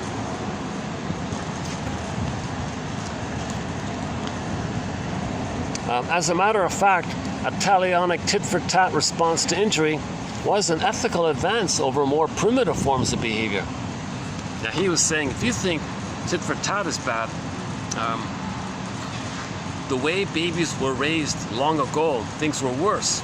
So Lloyd DeMause makes this point. If the babies are brutalized, they can't control themselves, or even the tit-for-tat area. They're just over the top in their revenge and all this. So, but if the babies are more loved, then maybe we can be more civilized. And tit-for-tat is sort of an improvement when you compare it to what existed before, he means. Okay, now we want to evolve to, like, now we're moving into the golden rule kind of area and understanding ourselves, and then now we're trying to understand ourselves more. So that's also an improvement, to understand ourselves, right?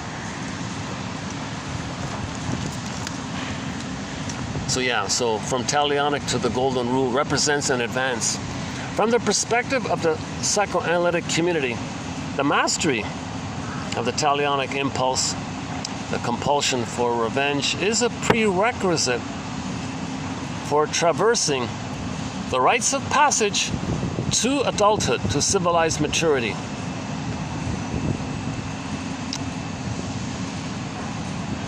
So to become an adult, to be healed, you got to traverse this issue of the tit-for-tat. You gotta master all of this stuff.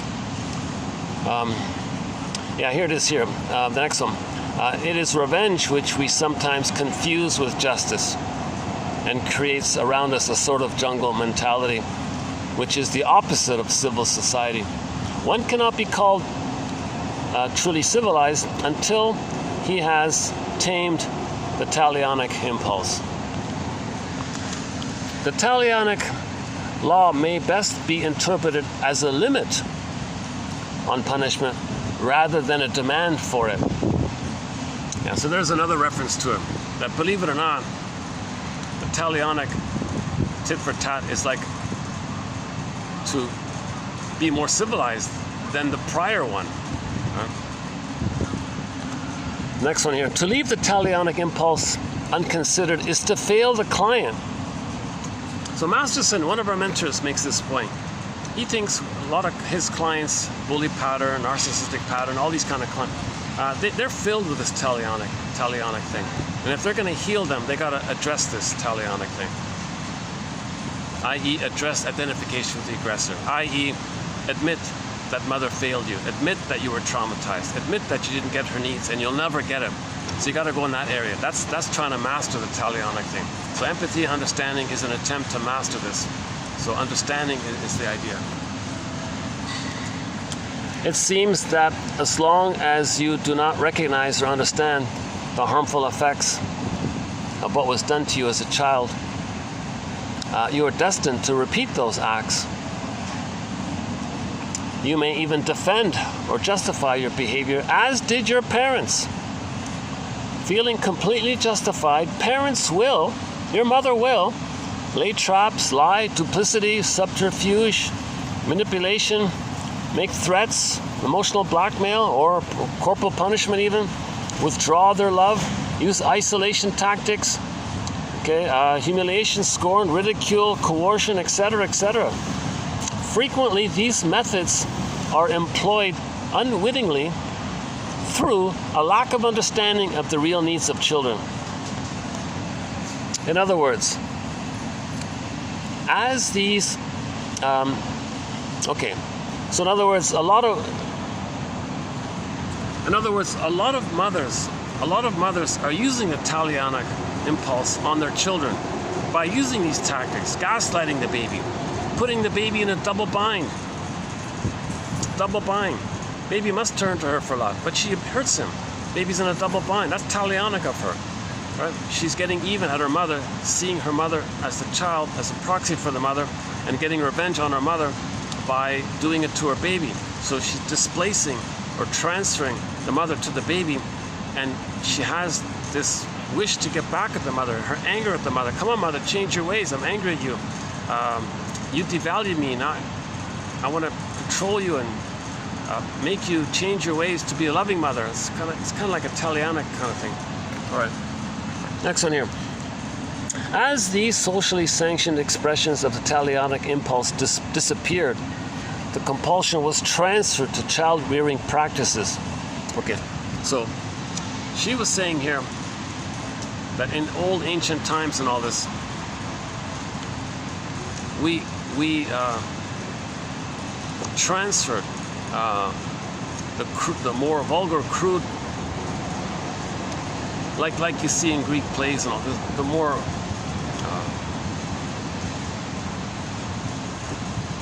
because babies way back then were extremely traumatized and treated badly, so they grew up with a lot of rage and all this.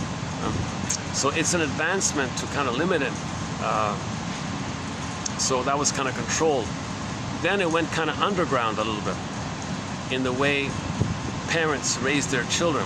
So it's still being going on in like a covert family way.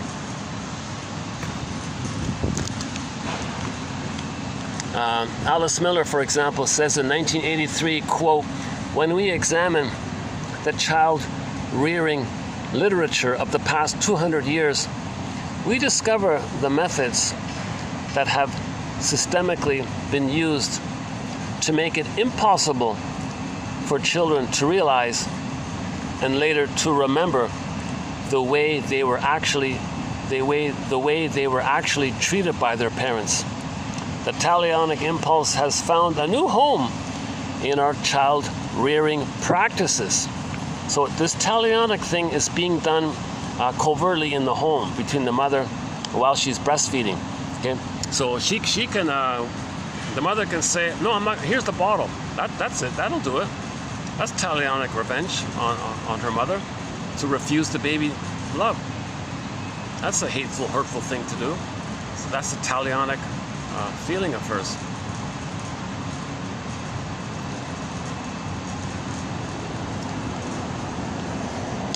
Throughout history, parents have created religious and civil laws or practices to legitimize the expression of their talionic impulses toward their children.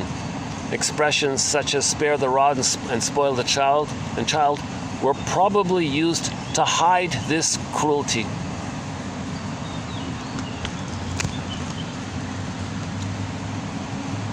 Why abuse patterns of behavior are often repeated generation after generation? This compulsion to repeat acts of cruelty is also called the talionic impulse, and may be one of the deepest and most ancient of human impulses to get revenge by inflicting on others weaker than you the hurt you experienced when you were in a weak and vulnerable position. So when you were in a weak and vulnerable position as a baby, mother shamed you. You identify with the aggressor. You don't want to feel that, so you get others to be the shamed you, and you get your fake self-esteem by playing into God. In the process, you shame others, and that's maybe the talionic mechanism. The talionic response, identification with the aggressor. For example, in the client with the lower functioning BPD pattern or bully pattern, let's say, there is a failure to master the talionic impulse. Instead, the client just continually repeats the trauma. And now here's one about the shrink. The shrink had the feeling towards his client. Looking back at my countertransference response, having to hold back from calling him okay, fill in the blank, take your pick. I could realize, the shrink said, that I had a talionic response to the client.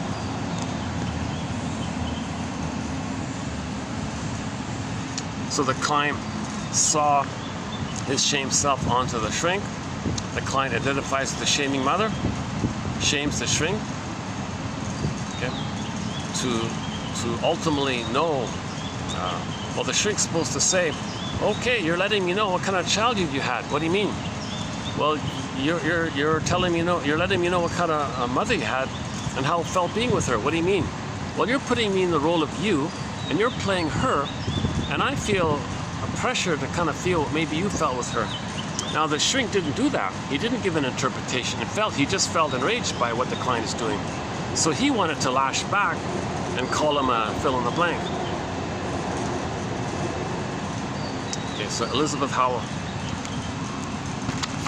Ferenczi introduced the concept and term identification with the aggressor in his seminal Confusion of Tongues paper. Oh, there's the double thing. Confusion of Tongues, yeah. Confusion of Tongues paper, in which he described how the abused child becomes transfixed and robbed of his senses. It's like the child's identity is zooped away. There's like a whole vacuum in there. All that's in the vacuum is the mother. So the mother places in for the child's mind. Now the child has his mother's mind. That's identification with the aggressor. Trauma does that. Having been traumatically overwhelmed, the child becomes hypnotically, like hypnosis, right? Hypnotically transfixed, stuck by the aggressive mother's behavior and wishes and emotions, etc.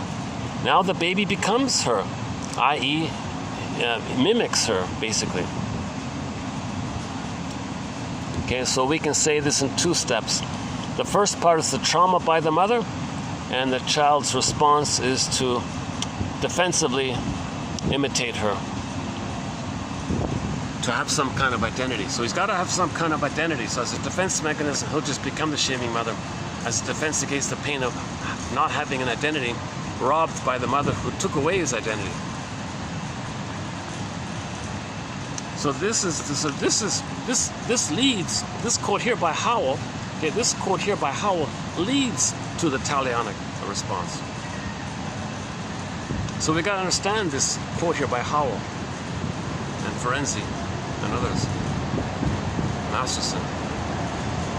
Masterson makes the point that all of his disturbed clients have this issue, and he says, in fairness, he says as a shrink to other shrinks, in fairness, dear shrinks, you want to help your clients like this, you got to address this talionic thing, i.e. identification with the aggressor, that their identity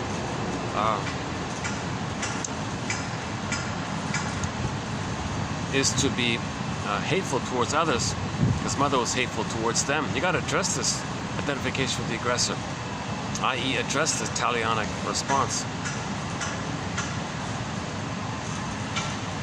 So once again, there's a difference between the perversion of this behavior versus the justice system having a process and judge and jury and searching for evidence and, you know, being fair about it and maybe trying to, you know, at least acknowledge that the person's traumatized, and maybe a lot of criminals are showing up the mother. You know, a lot of, you know, sometimes people take the talion. You know, one theory is, Bergler has this theory that some people take the talionic revenge issue on their mother by hurting themselves, thinking they're going to hurt the mother because they are the mother. So if a person hates the mother and they are the mother, if they hate themselves, they're hating the mother. So some people hurt themselves in their delusion that they're trying to attack their mother. So they attack themselves because they are the mother. So they're trying to attack the mother, but in the process, but they are her. So they're hurting themselves in their attempt to push back the mother. So the talionic response is directed towards the mother, but they are the mother, so it's directed at themselves. That leads to self-defeating behavior, dysfunctional behavior, and Bergler thinks the criminal area is kind of in that area. And he thinks even maybe one version of the alcohol is in that area, because the harmful fluid may harm the mother, you see. I have a question mark about that kind of angle of it all, where the guy takes the painful, the toxic fluid, let's say, thinking he's trying to poison his mother or something. So he's hurting himself, but the real agenda is to push back his mother. Get back, mother. Go away, mother. So he's angry at his mother in a talionic response. But he is the mother now. So how does he attack his mother if he is her? Well, he attacks himself, thinking he's attacked him. That's the issue of the confusion of tongues, friends, he talks about. Because the fusion, the self and other. So the rage here is that the baby didn't get enough love to know himself, to hatch out. In the beginning, they're one, right? If he feels safe in a positive symbiosis, then he can hatch out and have his identity.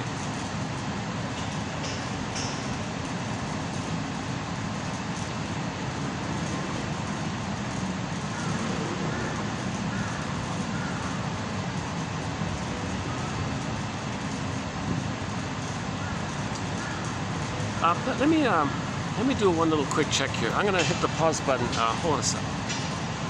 Yeah, I'm just thinking I need to redo this as a part 2. So should I keep this part 1 anyways, or just redo it all together, or keep this messy one? I'm not in a happy, kind of friendly, easygoing mood today. I'm feeling a little stressed of the lack of sleep and all this. So my delivery today has really been a dip. I've had some good videos, happy videos. Sometimes I have these kind of where I'm not in a pleasant mood kind of thing. So I was just thinking about that Prince guy. I listened to a little clip on YouTube about the Prince singer, and they said about him that he made a song a day, and he would keep and publish that song even if there were mistakes in it. He said, well, the song might still be okay even if there's a mistake in it, and he thinks he wanted to hold on to the song anyways and not redo it, because he thought the first take was Otherwise, his feelings were there, so he thought the mistakes kind of maybe reflected some of his feelings or something. Maybe some of his anger, maybe came through a little bit or something. Made a little tension by that. I'm not sure. And you see, a part of me, the reasonable adult mind in me, says no. If you don't like the video, no big deal. Just delete it and do a second take and publish the second take, and which you'll be more proud of and you'll like it better.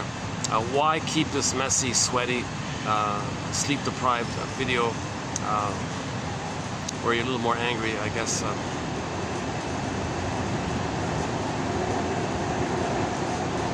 See, lack of sleep, right?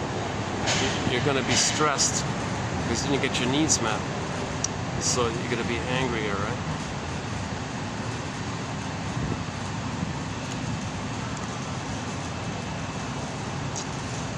Well, as it stands, I'll post this part 1 and redo this as a part 2, and hopefully the part 2 will be a proper, like a better version that I like.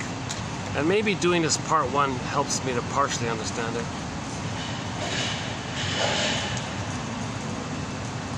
Does leaving this facilitate my doing a better part 2? Or would deleting it facilitate a better part 2? Somehow I feel like just leave it. Maybe there is some value to it after all. Maybe I can pick up on it and not be bogged down while I'm doing part 2. Wait a minute, I already said that in part 1. I gotta say it again. Maybe if I just leave it alone and do a part. So part 2 is gonna be my attempt to do a smoother take on this quote. Because I'm still confused, to tell you the truth about it. So it's generally speaking, it's about your identity, it's about your self-esteem, right?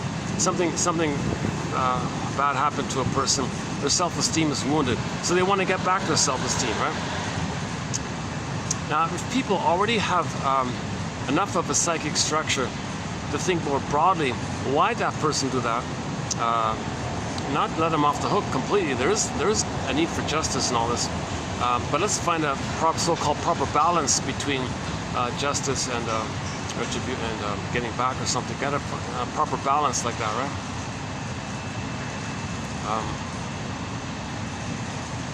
I mean, ideally, the indigenous people had the right idea. It seems the indigenous people said if someone was out of line like that, the whole community would do like a group song, dance, ritual to help heal that person. Can you believe it? Like if somebody, if the example, I read the example about the Navajo. Somebody talked about the Navajo, that the tradition there is if there is a criminal in their midst or something, they don't just want to, punish them. They want to like, okay, what's going on here? Let's try to understand this. How do we heal this character? How do we fix him, so to speak? So they would have a whole elaborate song, dance, and ritual, shaman, dances, hypnosis, I don't know what they do, to try to get him to dialogue with the victim, try to reintegrate him back into society. He's got to pay back, of course. Try to heal the thing, try to heal the person, and make him a useful, productive member of society again. So they're more focused on the repairing the person kind of thing. Because if somebody does a horrible thing, they're very wounded themselves, and they're saying that they're wounded. If they hurt others, well, they're saying, well, my brother hurt me, kind of thing. Okay, we get it that you're hurt. You can't hurt others, so we got to fix this. And you can't communicate that you're hurt by hurting others.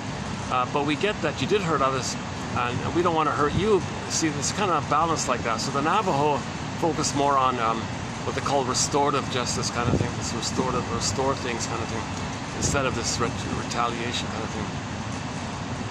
So how do we evolve? Like, so Lloyd DeMoss says, for Pete's sakes, mothers, love your babies properly. If you do it there, we're all good. Give your babies paradise in uterus. Give them a natural birth. Do everything you can to increase the odds of your baby getting a natural birth. Okay, LeBoyer and DeMoss, Klaus and Kennel, that whole area, Lotus birth, that whole area. Okay, the position, maybe a squatting position, I don't know. Do all you can. Mothers, part 3. Give your babies a blissful oneness. Stay in bed maybe for 4 to 5 months while the baby sleeps on her. Skin to skin. No clothing. The room is warm. The room is warm enough, okay, to allow the continuous skin to skin. Because the skin to skin, okay, underappreciated. I think Drane Pines makes an important point here. The skin to skin part, you know, the bed sheet can go over the back of the baby, but the front to the front, the skin to skin, front to the front, okay, it's got to be there because the emotions are in the baby's whole body, right? And the mother, his emotions are in the body, and there needs to be like a rapport there where the baby feels mother's maternal presence, and the mother feels the baby's presence, and the baby feels that mother feels their presence. Babies need your presence, not your gifts and presents.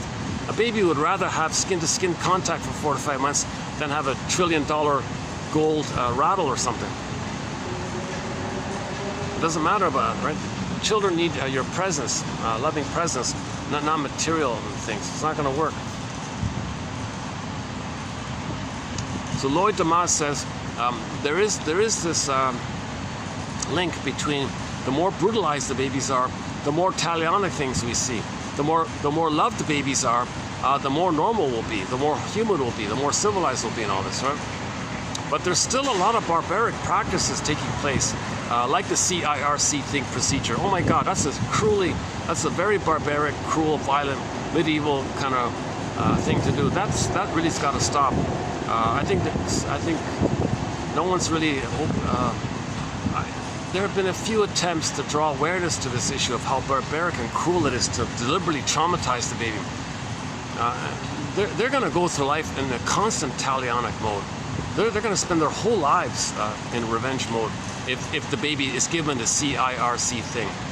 The guy said if you're really going to bridge it, well, do it when they're like older, like when they're 14 or whatever it is. If you're really stuck in that mode, don't do it at birth, for God's sakes.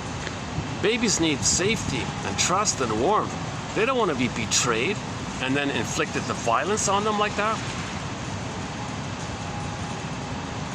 Their soul will be so frozen. Leonard Shengold has a term for this. Leonard Shengold, look up Leonard Shengold, his first book, I think. Soul, fill in the blank. I don't like that one. But it's kind of like that in a way. Babies shouldn't be traumatized. So leave the cord, leave the placenta, no scale. Okay, barring a special, extreme, dire medical emergencies, just hand the baby directly to the bosom, skin to skin. Let the baby latch on, suckle, okay, nurse, okay, and then skin to skin, mother's loving gaze, warm embrace, rhythm of safety. Let the music play on, reverie, attunement, mother, rapport, baby, mother, dual infinity, mother-infant dual unity. Mother-infant dual unity. A lot of mothers are not giving their babies this 4 to 5 months. So one suggestion from yours truly, just look into this. Why not let mothers stay in bed for 4 to 5 months? Big deal. It's not that long. Let the baby sleep on them. They sleep most of the time, right? But let them sleep with that visceral sensations of the warmth and the rhythm of safety and the blissful oneness of the mother. Allow that to continue. Babies need an extended paradise. So it's going in his brain. The baby's being nourished in the uterus. Babies need an extended outer 4 to 5 months social uterus between the mother and the baby. And keep the image. It's a mother-infant dual unity. Don't remove the baby during that time. Don't let someone else pick him up. The role of the father is to tell all the other family members, no, don't pick up the baby. Leave them alone. Another thing that fathers can do in the delivery room, if that's the scene there, is to make sure the doctor hands the baby to the mother. Doctor, no, procedures, we got to remove the cord and put them on a scale. We got to fill out the form. No, nonsense. And maybe he can be a little more adamant about it, if need be the case, or find out in advance if he's going to do that. Find a doctor who won't do this barbaric, cruel thing of traumatizing your baby. That's the talionic thing, right? The talionic thing is being done on our babies, okay? And it was really brutally done earlier on. Now it's a little better, I guess. I got a long ways to go, obviously. Because now it's just kind of sneaky, it's just covert, like a lot of these, you know, like pillaging the planet and covertly creating poverty and, you know, and all these cool things indirectly and sneakily. The talionic thing is still kind of, it's just kind of gone a little subtler and more hidden kind of thing.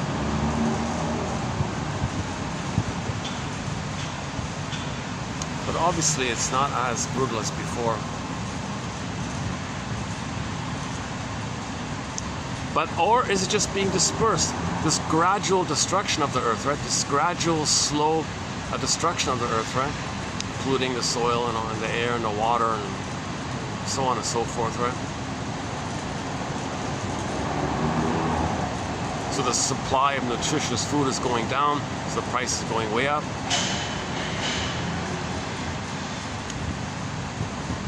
So maybe it's just dispersed kind of thing. Like it's generalized in a dispersed way, right? Maybe, yeah. So gotta be careful. So maybe this talionic topic is useful after all, yeah. Okay, again.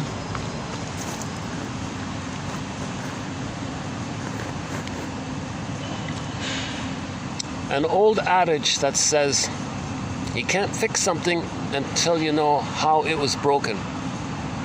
Without an understanding of what really happened to you and why your mother treated you the way she did, there's little hope of fixing the brokenness you may feel. So why did the mother engage in shaming her own baby? She wanted to communicate because she was shamed. She doesn't have memory in words. Her memory is expressed in her behavior, in her actions, right? So she's trying to remember. So if the mother shames her baby, she's meant to observe this by the inferring mind, and the mother's meant to say, wait a minute, why am I so cruel to my own baby here? She might ask herself. Oh my God, is this for me to know? That this is what my mother did to me? Okay, now we're getting somewhere. Now we're healing, right? You can't fix something until you know how it was broken. Without an understanding of what really happened to you and why your mother treated you the way she did, there's little hope of fixing the brokenness you may feel. So we've got to forgive the mother for this. And all these TV shows, you notice that, right? It's a common, it's infinite, right? Most TV shows have this setup. It's either in a romantic comedy, it might be like a rescue fantasy, or finding the perfect one. But that perfect one just reminds you of the mother, so you're excited like that. And the fantasies like that. They don't tell you the reality that you're going to be disappointed with them. So they end the film there, right? That's the rescue fantasy. The other one is the revenge fantasy. So that's very common in the films. And there's a huge, endless variety of it.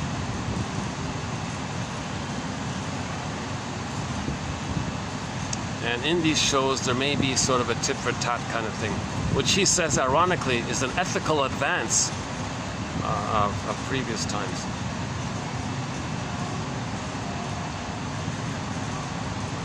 And once again, Masterson was saying, as a way to think about this issue of the talionic response, imagine a client who is traumatized as a baby. Think of them as like a micro sample of the medieval times. Like they're like a little mini sample of medievalism, right? So think of it in those terms. But civilization has advanced, so we want the client to advance. So you got to address this talionic feeling or impulse, or he keeps calling it impulse. I guess it's like an impulsive thing, right? With never-ending fiery art. That's like an impulse, like a repetition compulsion, like compulsion, impulse, like that, right? Because this impulse means all of the baby's life force is to find the nipple. Okay, when he comes out, all of his energy, all of his force, his impulse, his drive, all of his energy is to latch on and attach securely with the mother and find the nipple and suckle and latch on and let the nerve endings in the child, something about his mucosal nerves line up with the nerves in the nipple to the breast to the mother, and there's a cable there. And the mother says, hey baby, I got a line with you. Baby says, I feel this line. Thank you, mother. I got a line with you. All right, let the music play on. Now the mother understands the baby's situation, and she can respond as needed because she's in tune. Hence the musical idea. Let the music play on. They're in tune. This is called mother's attunement. Some shrinks call it entrainment for some reason. Klaus and Ken all call it that. I don't know why they call it that. Like they're on the same track, kind of entrained, like on the same track. I think attunement is the better one. To leave the talionic impulse unconsidered is to fail the client. Yeah. So if a shrink wants to do his job properly, he's got to address this issue, i.e. identification with the aggressor. How does the person unblend from the abusive mother? So that's what Mr. Freud said, that the Oedipus means in the mind, the self-concept and the mother concept are still married, quote-unquote married. That's what that means. He didn't get enough love to leave her, so they're married inside. It's the marriage thing. The child didn't want that. The mother maybe have wanted it, might have wanted it, but the child didn't. So it's a whole confusion like that. So how do we get the person to unblend from the mother, to leave the mother emotionally? We don't mean leave her under the roof. You can still live in the same apartment. We're not talking about that. It's like emotionally. So you gotta identify her story, identify your story separate, like you're separate people. So learn her story first as best you can. Okay, so find out her favorite jokes. Okay, does she use a lot of? Find out all these tricks and manipulations that she engaged in, her rhetoric and her lies and duplicity, as mentioned in one of these quotes. Find out why. So why did the mother do all these tricks? And not just talionic. Part of it is she wanted the baby. She wanted to create a oneness of the baby, thinking that that's the breast mother, knowing what she feels, and if the baby can experience how they and the mother are feeling the same thing, that means mother knows what the baby's feeling. That means mother's going to respond and meet the baby's needs. So these games people play and all these manipulations and all these tricks and things, that's the agenda, is to recreate what failed in the nursery kind of thing.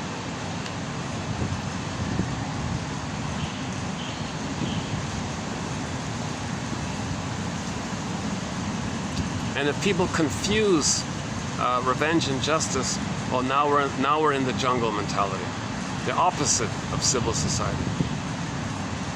One cannot be called civilized until he has tamed this talionic impulse. Yeah, like the client.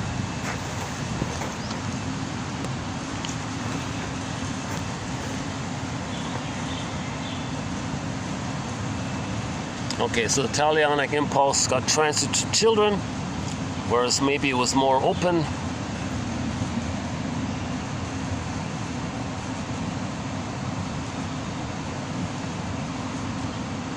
Okay, and then this expression, spare the rod and spoil the child.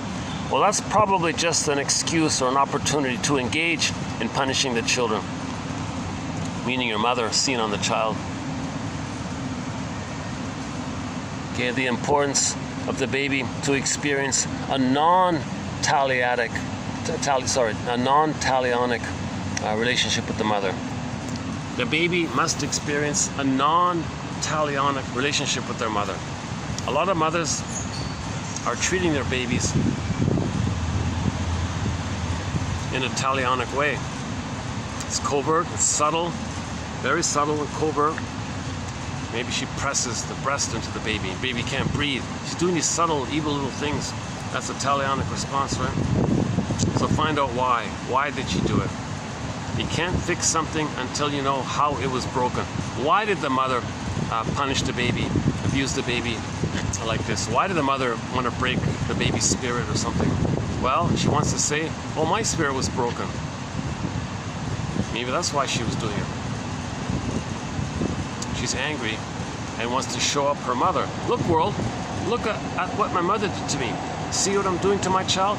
That's what my mother did to me. So embarrass the mother, show up the mother. That's Berger's idea about showing up the mother as one covert way of expressing your anger at the mother. So it's a little bit talionic like that, right? to get back at your mother by getting back at the child. Right? You're trying to get back at your mother by getting back at the child. Jesus Christ.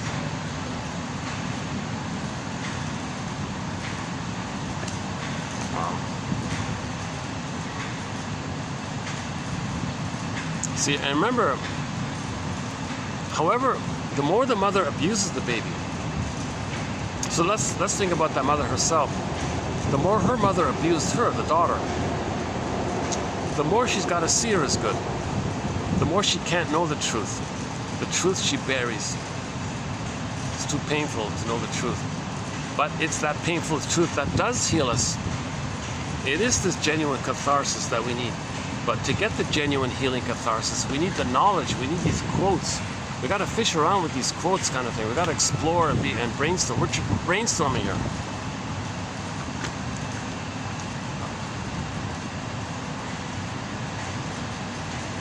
Yeah, so Masters is pretty direct about it. The baby was weak, vulnerable, so he lost his identity. To have an identity, he's got to be the aggressor. So he wants to see others weak and vulnerable, to not feel that that's what he feels within. It's a trick to have an identity. Well, I'll just be the shaming mother. That's my identity. And I'll play infantile God at the same time. And this leads to this is sort of the psychology of the talionic phenomenon. It seems. Even the shrink wanted to lash out at the client. I felt like calling my client fill in the blank. So he couldn't interpret it, right? He's supposed to interpret what's going on. So the shrinks are saying, you want to heal. The shrinks are saying that for somebody to be healed, the wounded clients need to address this talionic issue. Karen Horney discusses it in her essay about vindictiveness. She's got a famous essay about vindictiveness, which we have in our collection. A good quote, by the way. Very good quote. Okay, and then Elizabeth Howell at the end there. Okay, not bad little quotes. I'm going to redo this because I feel like I know I missed a lot. It's still unclear to me, to tell you the truth. I don't feel fully clicked in with it. I feel like I'm being vague myself.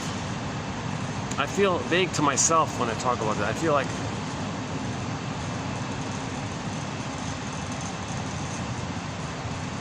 okay, so point one, talionic is actually an advancement.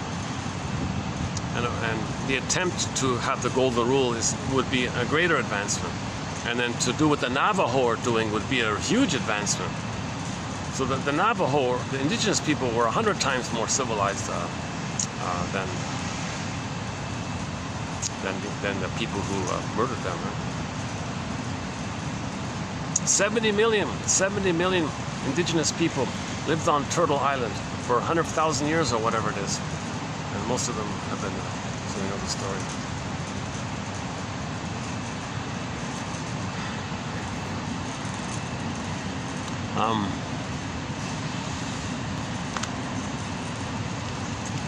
Yeah,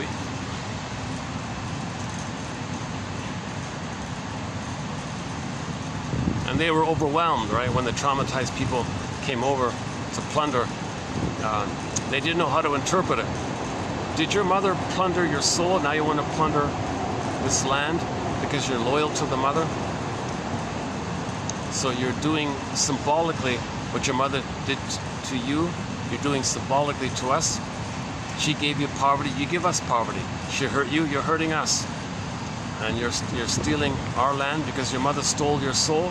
The indigenous people didn't have a way to heal these violent invaders. Yeah, that Richard Boone show, Heck Ramsey says, talks about this, about the how cruel the Puritans were. And the young fellow couldn't believe it. He didn't want to believe it, couldn't see it. So look up the Heck Ramsey show. I think it's the one about the feather, yellow feather, is that the one? The topic about scalping. It was a white man's invention. He couldn't believe it. That's how the mercenaries got their money, right? So they did it to show proof of the murder. So that's how they got their dollar, right? So this was a white man thing to get their money, the mercenaries. So these people were brought over to murder the 70 million. Not all of them were murdered directly like that. A lot of it was by the diseases and things. But the indigenous people didn't do that. They learned it. They learned it. It happened to them. So the propaganda is, well, that they do it. It's called projection. No, the invaders did it. Because people create this to look good. Well, the baby has a need to be seen in a positive light. He didn't get that. So propaganda is to fool people, to give you a good image, to communicate that the mother didn't see them. Hence the loving gaze phenomena. Mary Ayers. Read Mary Ayers' book. It won some psychology award.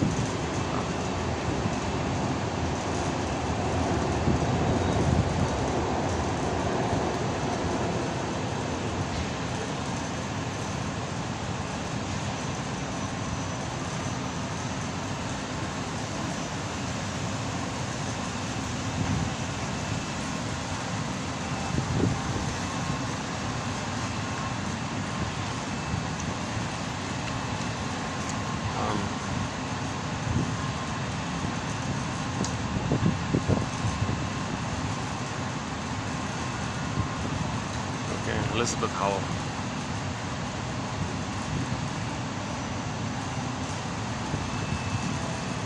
To leave the talionic impulse unconsidered is to fail the client.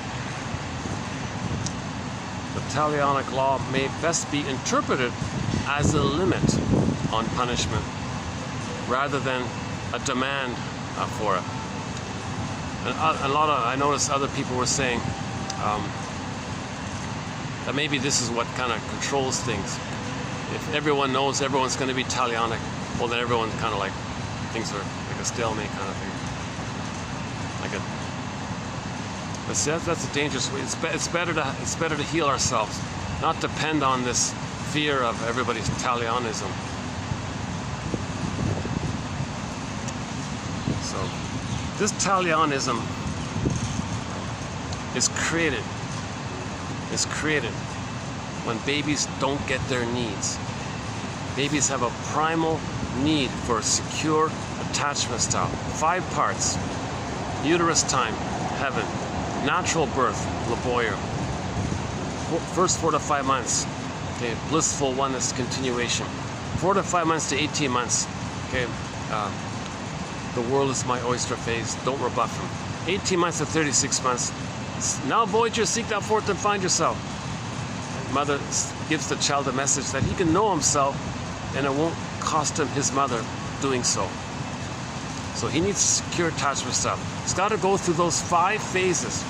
He's got to go through those 5 phases. At the very least, at the absolute very least, get the child post the 18-month time. We got to get him out of this infantile megalomania phase. So if he's loved up until 18 months, okay, he'll be stuck in a groping way, looking for mentors and things.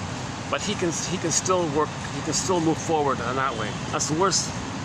That's maybe the worst of it. So we don't want anything prior to 18 months. We don't want any more talionism, any more barbaric, cruel things happening to the babies, and all the things mothers do to their babies.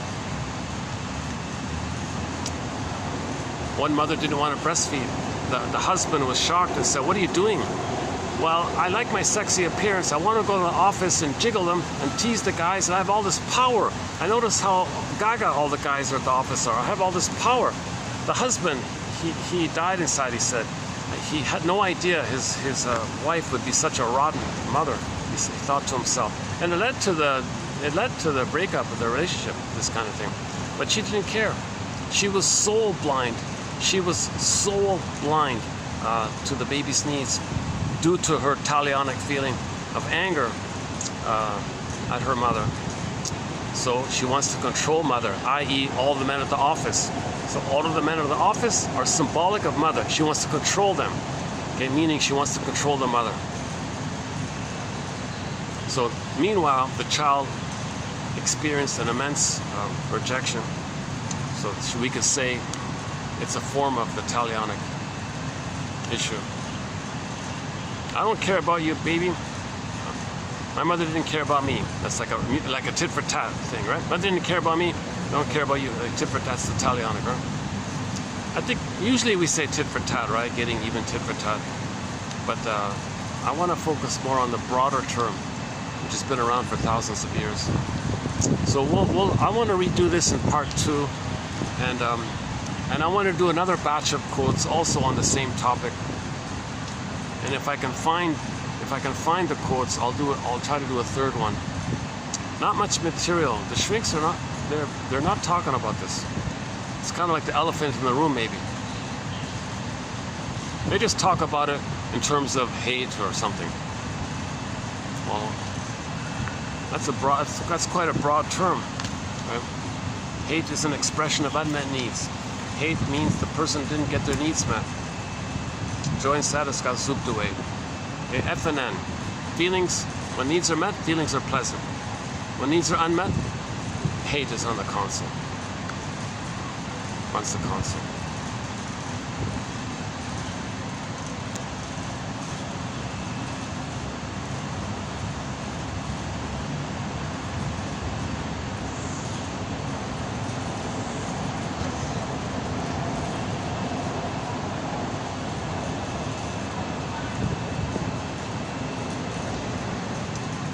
Due to my fatigue, I'm not gonna extend this video much longer.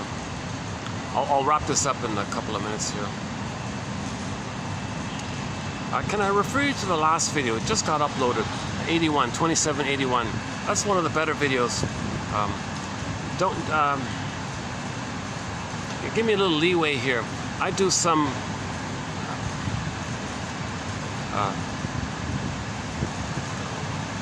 upbeat videos, let's say, sometimes, and I do some happier videos sometimes. Some videos are done in a good mood, some videos are done in a miserable mood like I am today.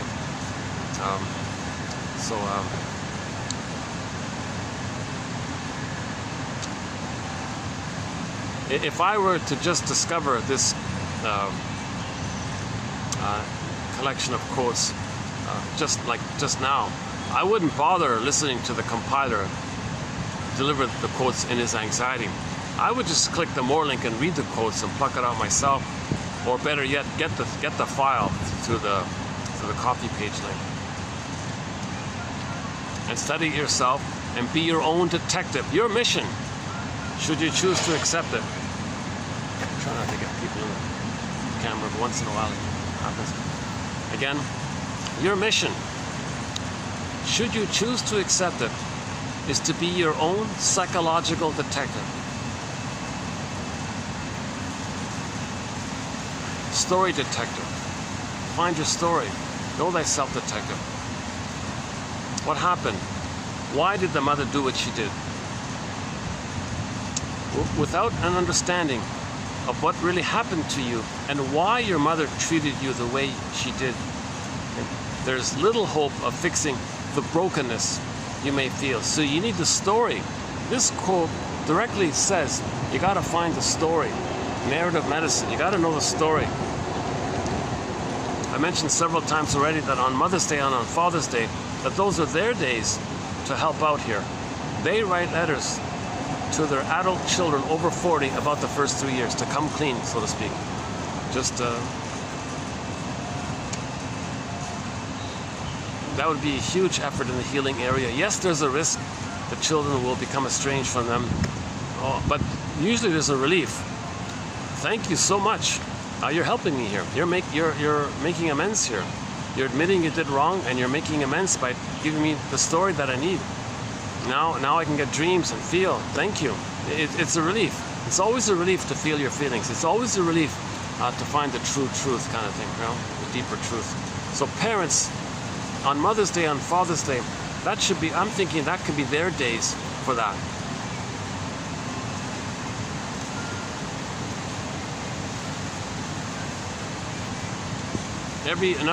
Your mission, should you choose to accept it, for those over 40, to call their parents and push them a little bit for the story. You'll be surprised, and you'll see the reaction, and you'll get a clue of how you were treated back then.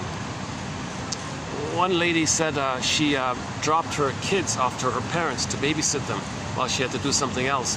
When she came back, she saw how cruel, despite what you may think, how cruel her parents treated her own child.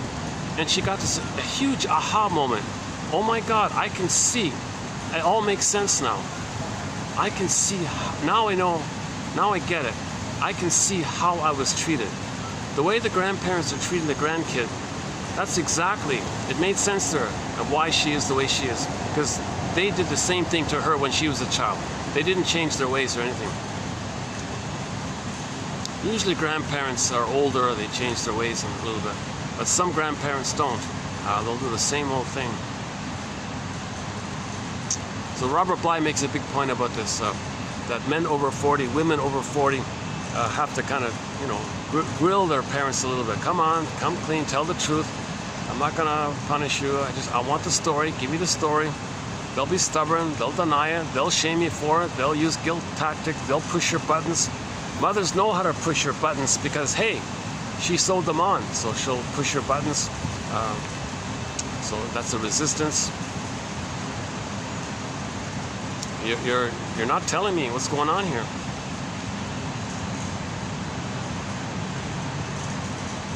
So Robert Bly says, the mother's not going to give you the key. You got to grab it, he says. You got to kind of be forceful, a little bit forceful. Like, you want to get the key out from under mother's pillow. The knowledge of how she used the baby to meet her unconscious needs. You got to get that knowledge to open the cage and get your golden ball back and get back your embodiment. Right? I feel there for Amnes. And now you're loving life.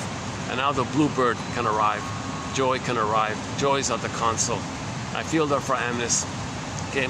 This cord that was pulled down, she comes back, she's Persephone. Joy Zenith comes back to the console. The golden ball comes up again. Okay. In the Odyssey, he found his inner home called Ithaca and was reunited with his feminine self, the feelings, the Penelope. So I feel there for Am, and so on.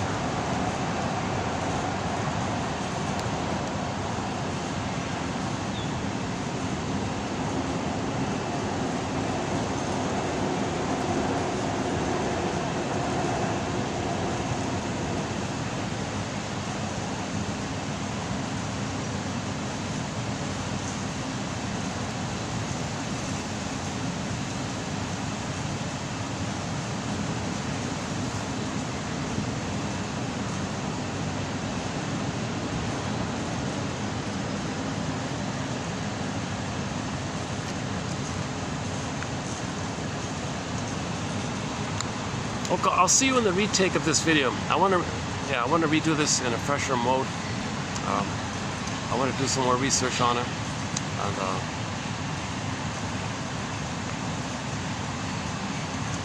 I think this talionic term, I think it opens up and it links to other terms. I think it opens up material. It opens up our feelings. It opens up understanding. I think it's helpful. I think Masterson and the other shrinks in his area are right.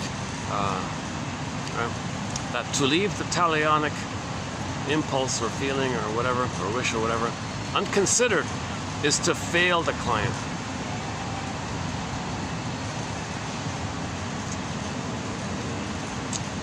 Without an understanding of what happened to you and why your mother treated you the way she did, why your father treated you the way he did, there's little hope of fixing the brokenness you may feel.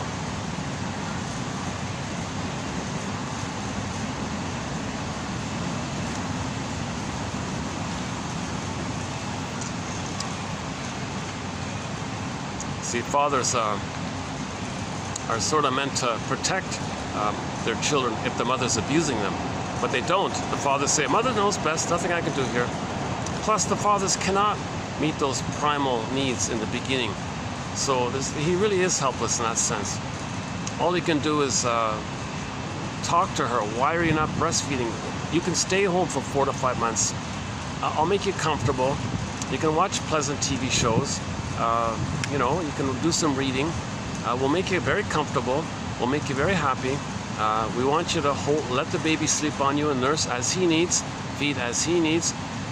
We want you to have that bliss, give the baby a blissful paradise. Please give our child a blissful paradise, please. So the father can kind of help facilitate that kind of thing. So I would say that that'd be a huge advancement to any place that doesn't allow women to stay home for the first 6 months.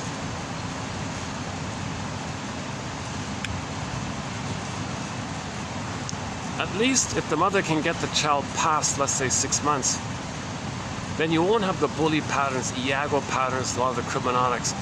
But you may end up with the narcissistic types. They don't necessarily, they might be like Don Juans and playboys and selfish like that, but they don't have overt, extreme fears of needing to control because they have the mother. They're just angry they didn't get a good mother.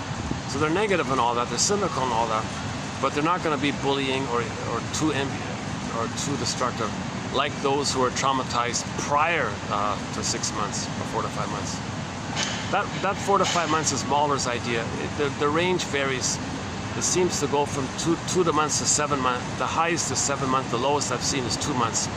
So I'm still using Mahler's average of 4 to 5 months, meaning that's the time when the baby hatches out of the psychological egg. He's going to hatch. He needs a psychological egg. If the baby doesn't get a psychological egg, he'll end up with the bully pattern, Iago pattern. Okay? Iago, he's the very sneaky, devious little guy or lady who hides somewhere and watches things and spreads rumors and watches goodness being destroyed by getting the goodness of A to take away the goodness of B, and getting the goodness of and getting A to destroy the goodness of B, and getting B to destroy the goodness of A. Okay, you see? And then there's maximum damage of goodness, and he feels gleefully excited because he's merged with the envy-pressed who destroyed his goodness. So he uses those with the bully pattern as proxies to that end, because those with the bully pattern are very destructive. So on the Enneagram, there's a link between the 5 and the 8. Now, look up the Enneagram. In particular, I'm talking about the unhealthy 5, unhealthy 8. Healthy people all look the same, you know, but the unhealthy people, look at the 5 and the 8, the unhealthy 5 and the unhealthy 8, the line there between the two. Okay, so 8 is kind of like the proxy. The 5 is kind of like the voyeur, and the 8 is like the exhibitionistic. So the unhealthy 5, the Iago basically, enlists the unhealthy 8 to do what it wants for them. And the unhealthy 8 doesn't care as long as he gets the support and the chance to control others with the hope that he can get. See, the interesting about the 5, the thing with the bully pattern is there's some acknowledgement of maybe goodness. It's distorted and all this, but when they control a lackey or something, they have this some positive sense that maybe they can control the breast, control the mother. So there's this kind of positive intention like that. Iago doesn't bother. He only uses bullies for their destructive nature. He just wants to see goodness damaged. That's his connection to the mother. He gives up hope of getting mother's love. The bullies still seem to have a little bit of it, hence they're more... Oh, there's the bird with the blue beak.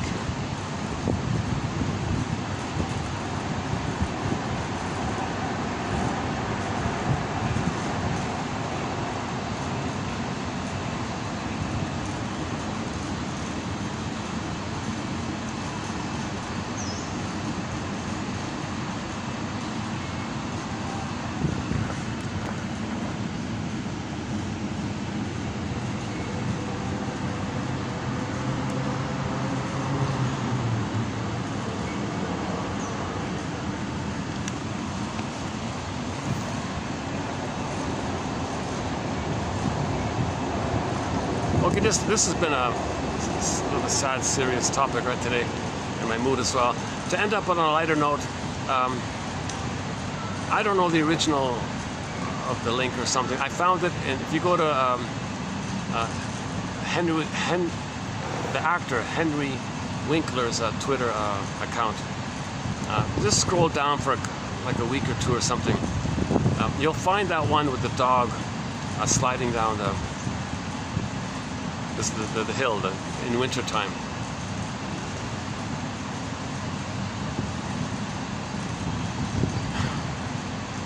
It's one of the funniest things.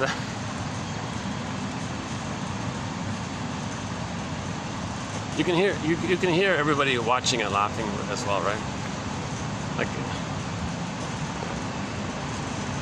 Like the dog is so eager to play, right? He's just so playful, right? See the mammal, that's the mammal. That is one of the qualities of the mammalness. If people hate play, or if their play is cynical, that's a sign of trauma. Part of normal development is that there is going to be like a warm play where no one is hurt by it. Not a play based on mastering the trauma with the mother or something. Not that kind of play. Not talionic play or something. It's like a warm, loving, fun play, sliding down a hill or something. A wee or something. Just little things like that, maybe. Playing catch with the ball or something. Mutual, back and forth. No one's hurt by it. It's a win-win, right? Two friends throwing the ball back, throwing the frisbee or throwing the ball back and forth. It's both a pleasurable kind of mode, right? They can have fun doing it different ways, maybe. It's a cooperative back and forth, right?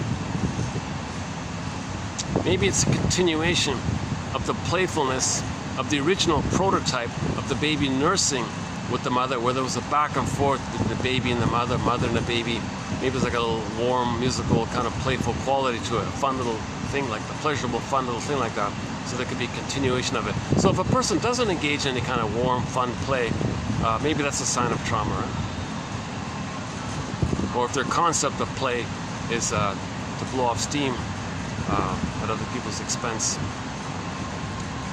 that means they're not feeling. A negative abreaction called blowing off steam means the steam is from the pain of not feeling.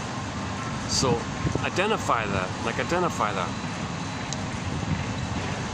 So we recently did 3 videos on this topic of what's called abreaction. A bad translation from the original German word Abrierung.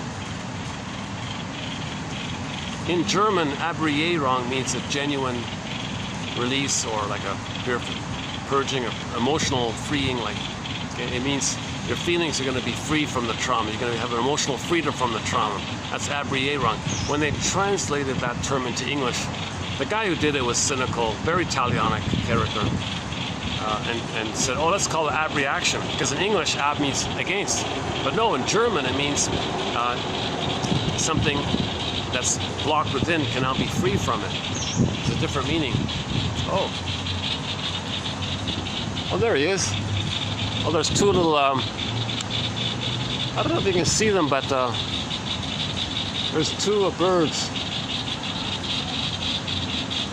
flapping their wings.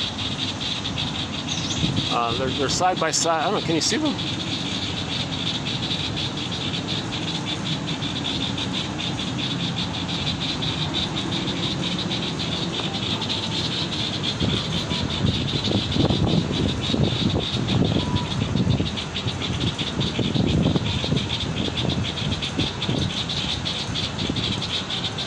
Can't see them, can you?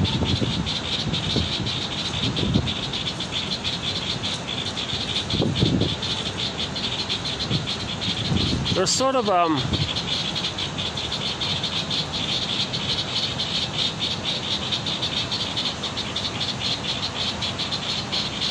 well, I'm standing under them. Let's see.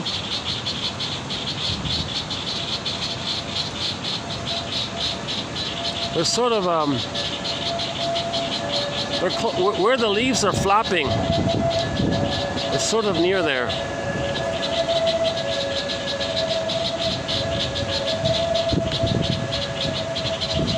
There's two of them on one branch, one thin branch.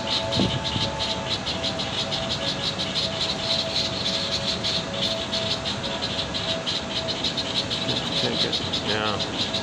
Hard to see, right? What about that way?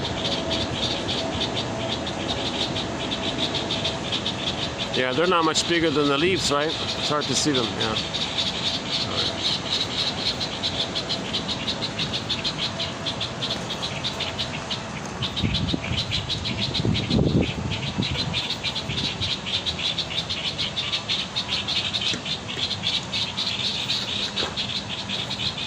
It's nice to hear the chirping. It's nice. It's amazing. I'm so close to the SkyTrain and the main highway there, the main road, like a 5-minute walk. It's amazing how you can find a little garden-like atmosphere so close to the main road. It's nice.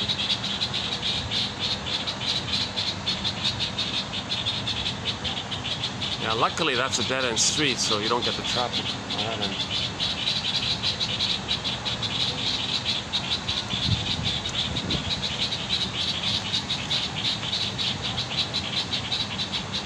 Yeah, I'm gonna call this part 1. I'll do this in part 2.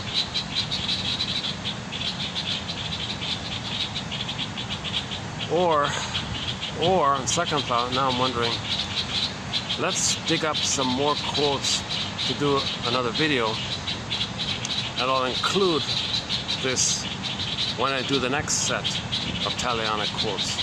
Sorry, quotes about the talionic impulse, talionic feeling. Talionicism. No, we don't need more isms, right?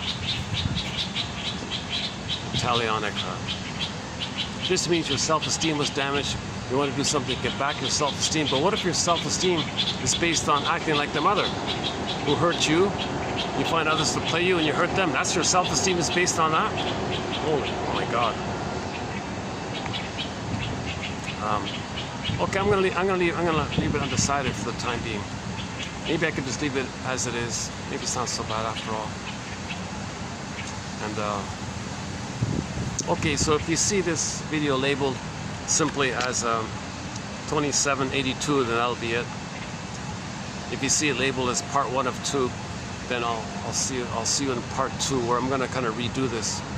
Or I'll leave this the way it is, and in 2783 we'll have some new quotes on the talionic phenomena, and I'll review these as I'm doing 2783.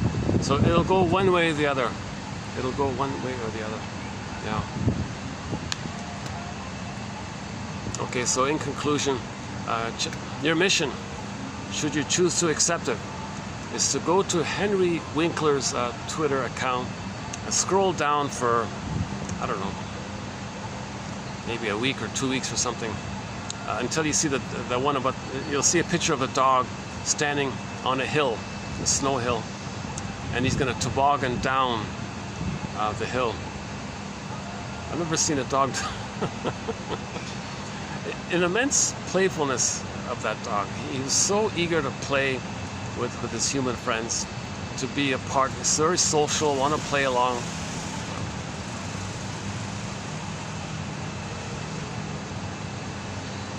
Sometimes you see dogs, you know, when the person's sleeping, he's pushing the legs of the person. Come on, wake up, come on, wake up.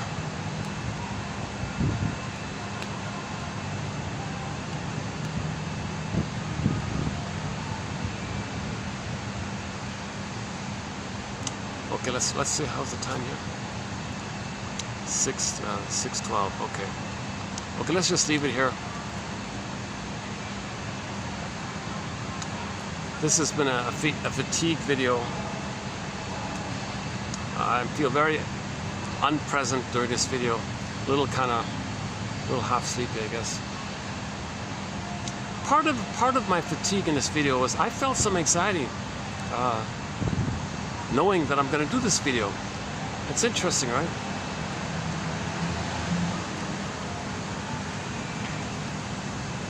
I'm trying to soften the term, right? I'm trying to soften this word so we can think more practically and reasonably about it.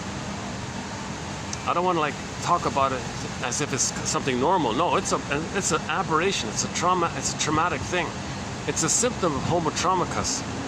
Anybody who's in this talionic, that's a severe sign of trauma. So we're homo traumacus. So we got to heal ourselves. So I'll see you in the next video, and your mission.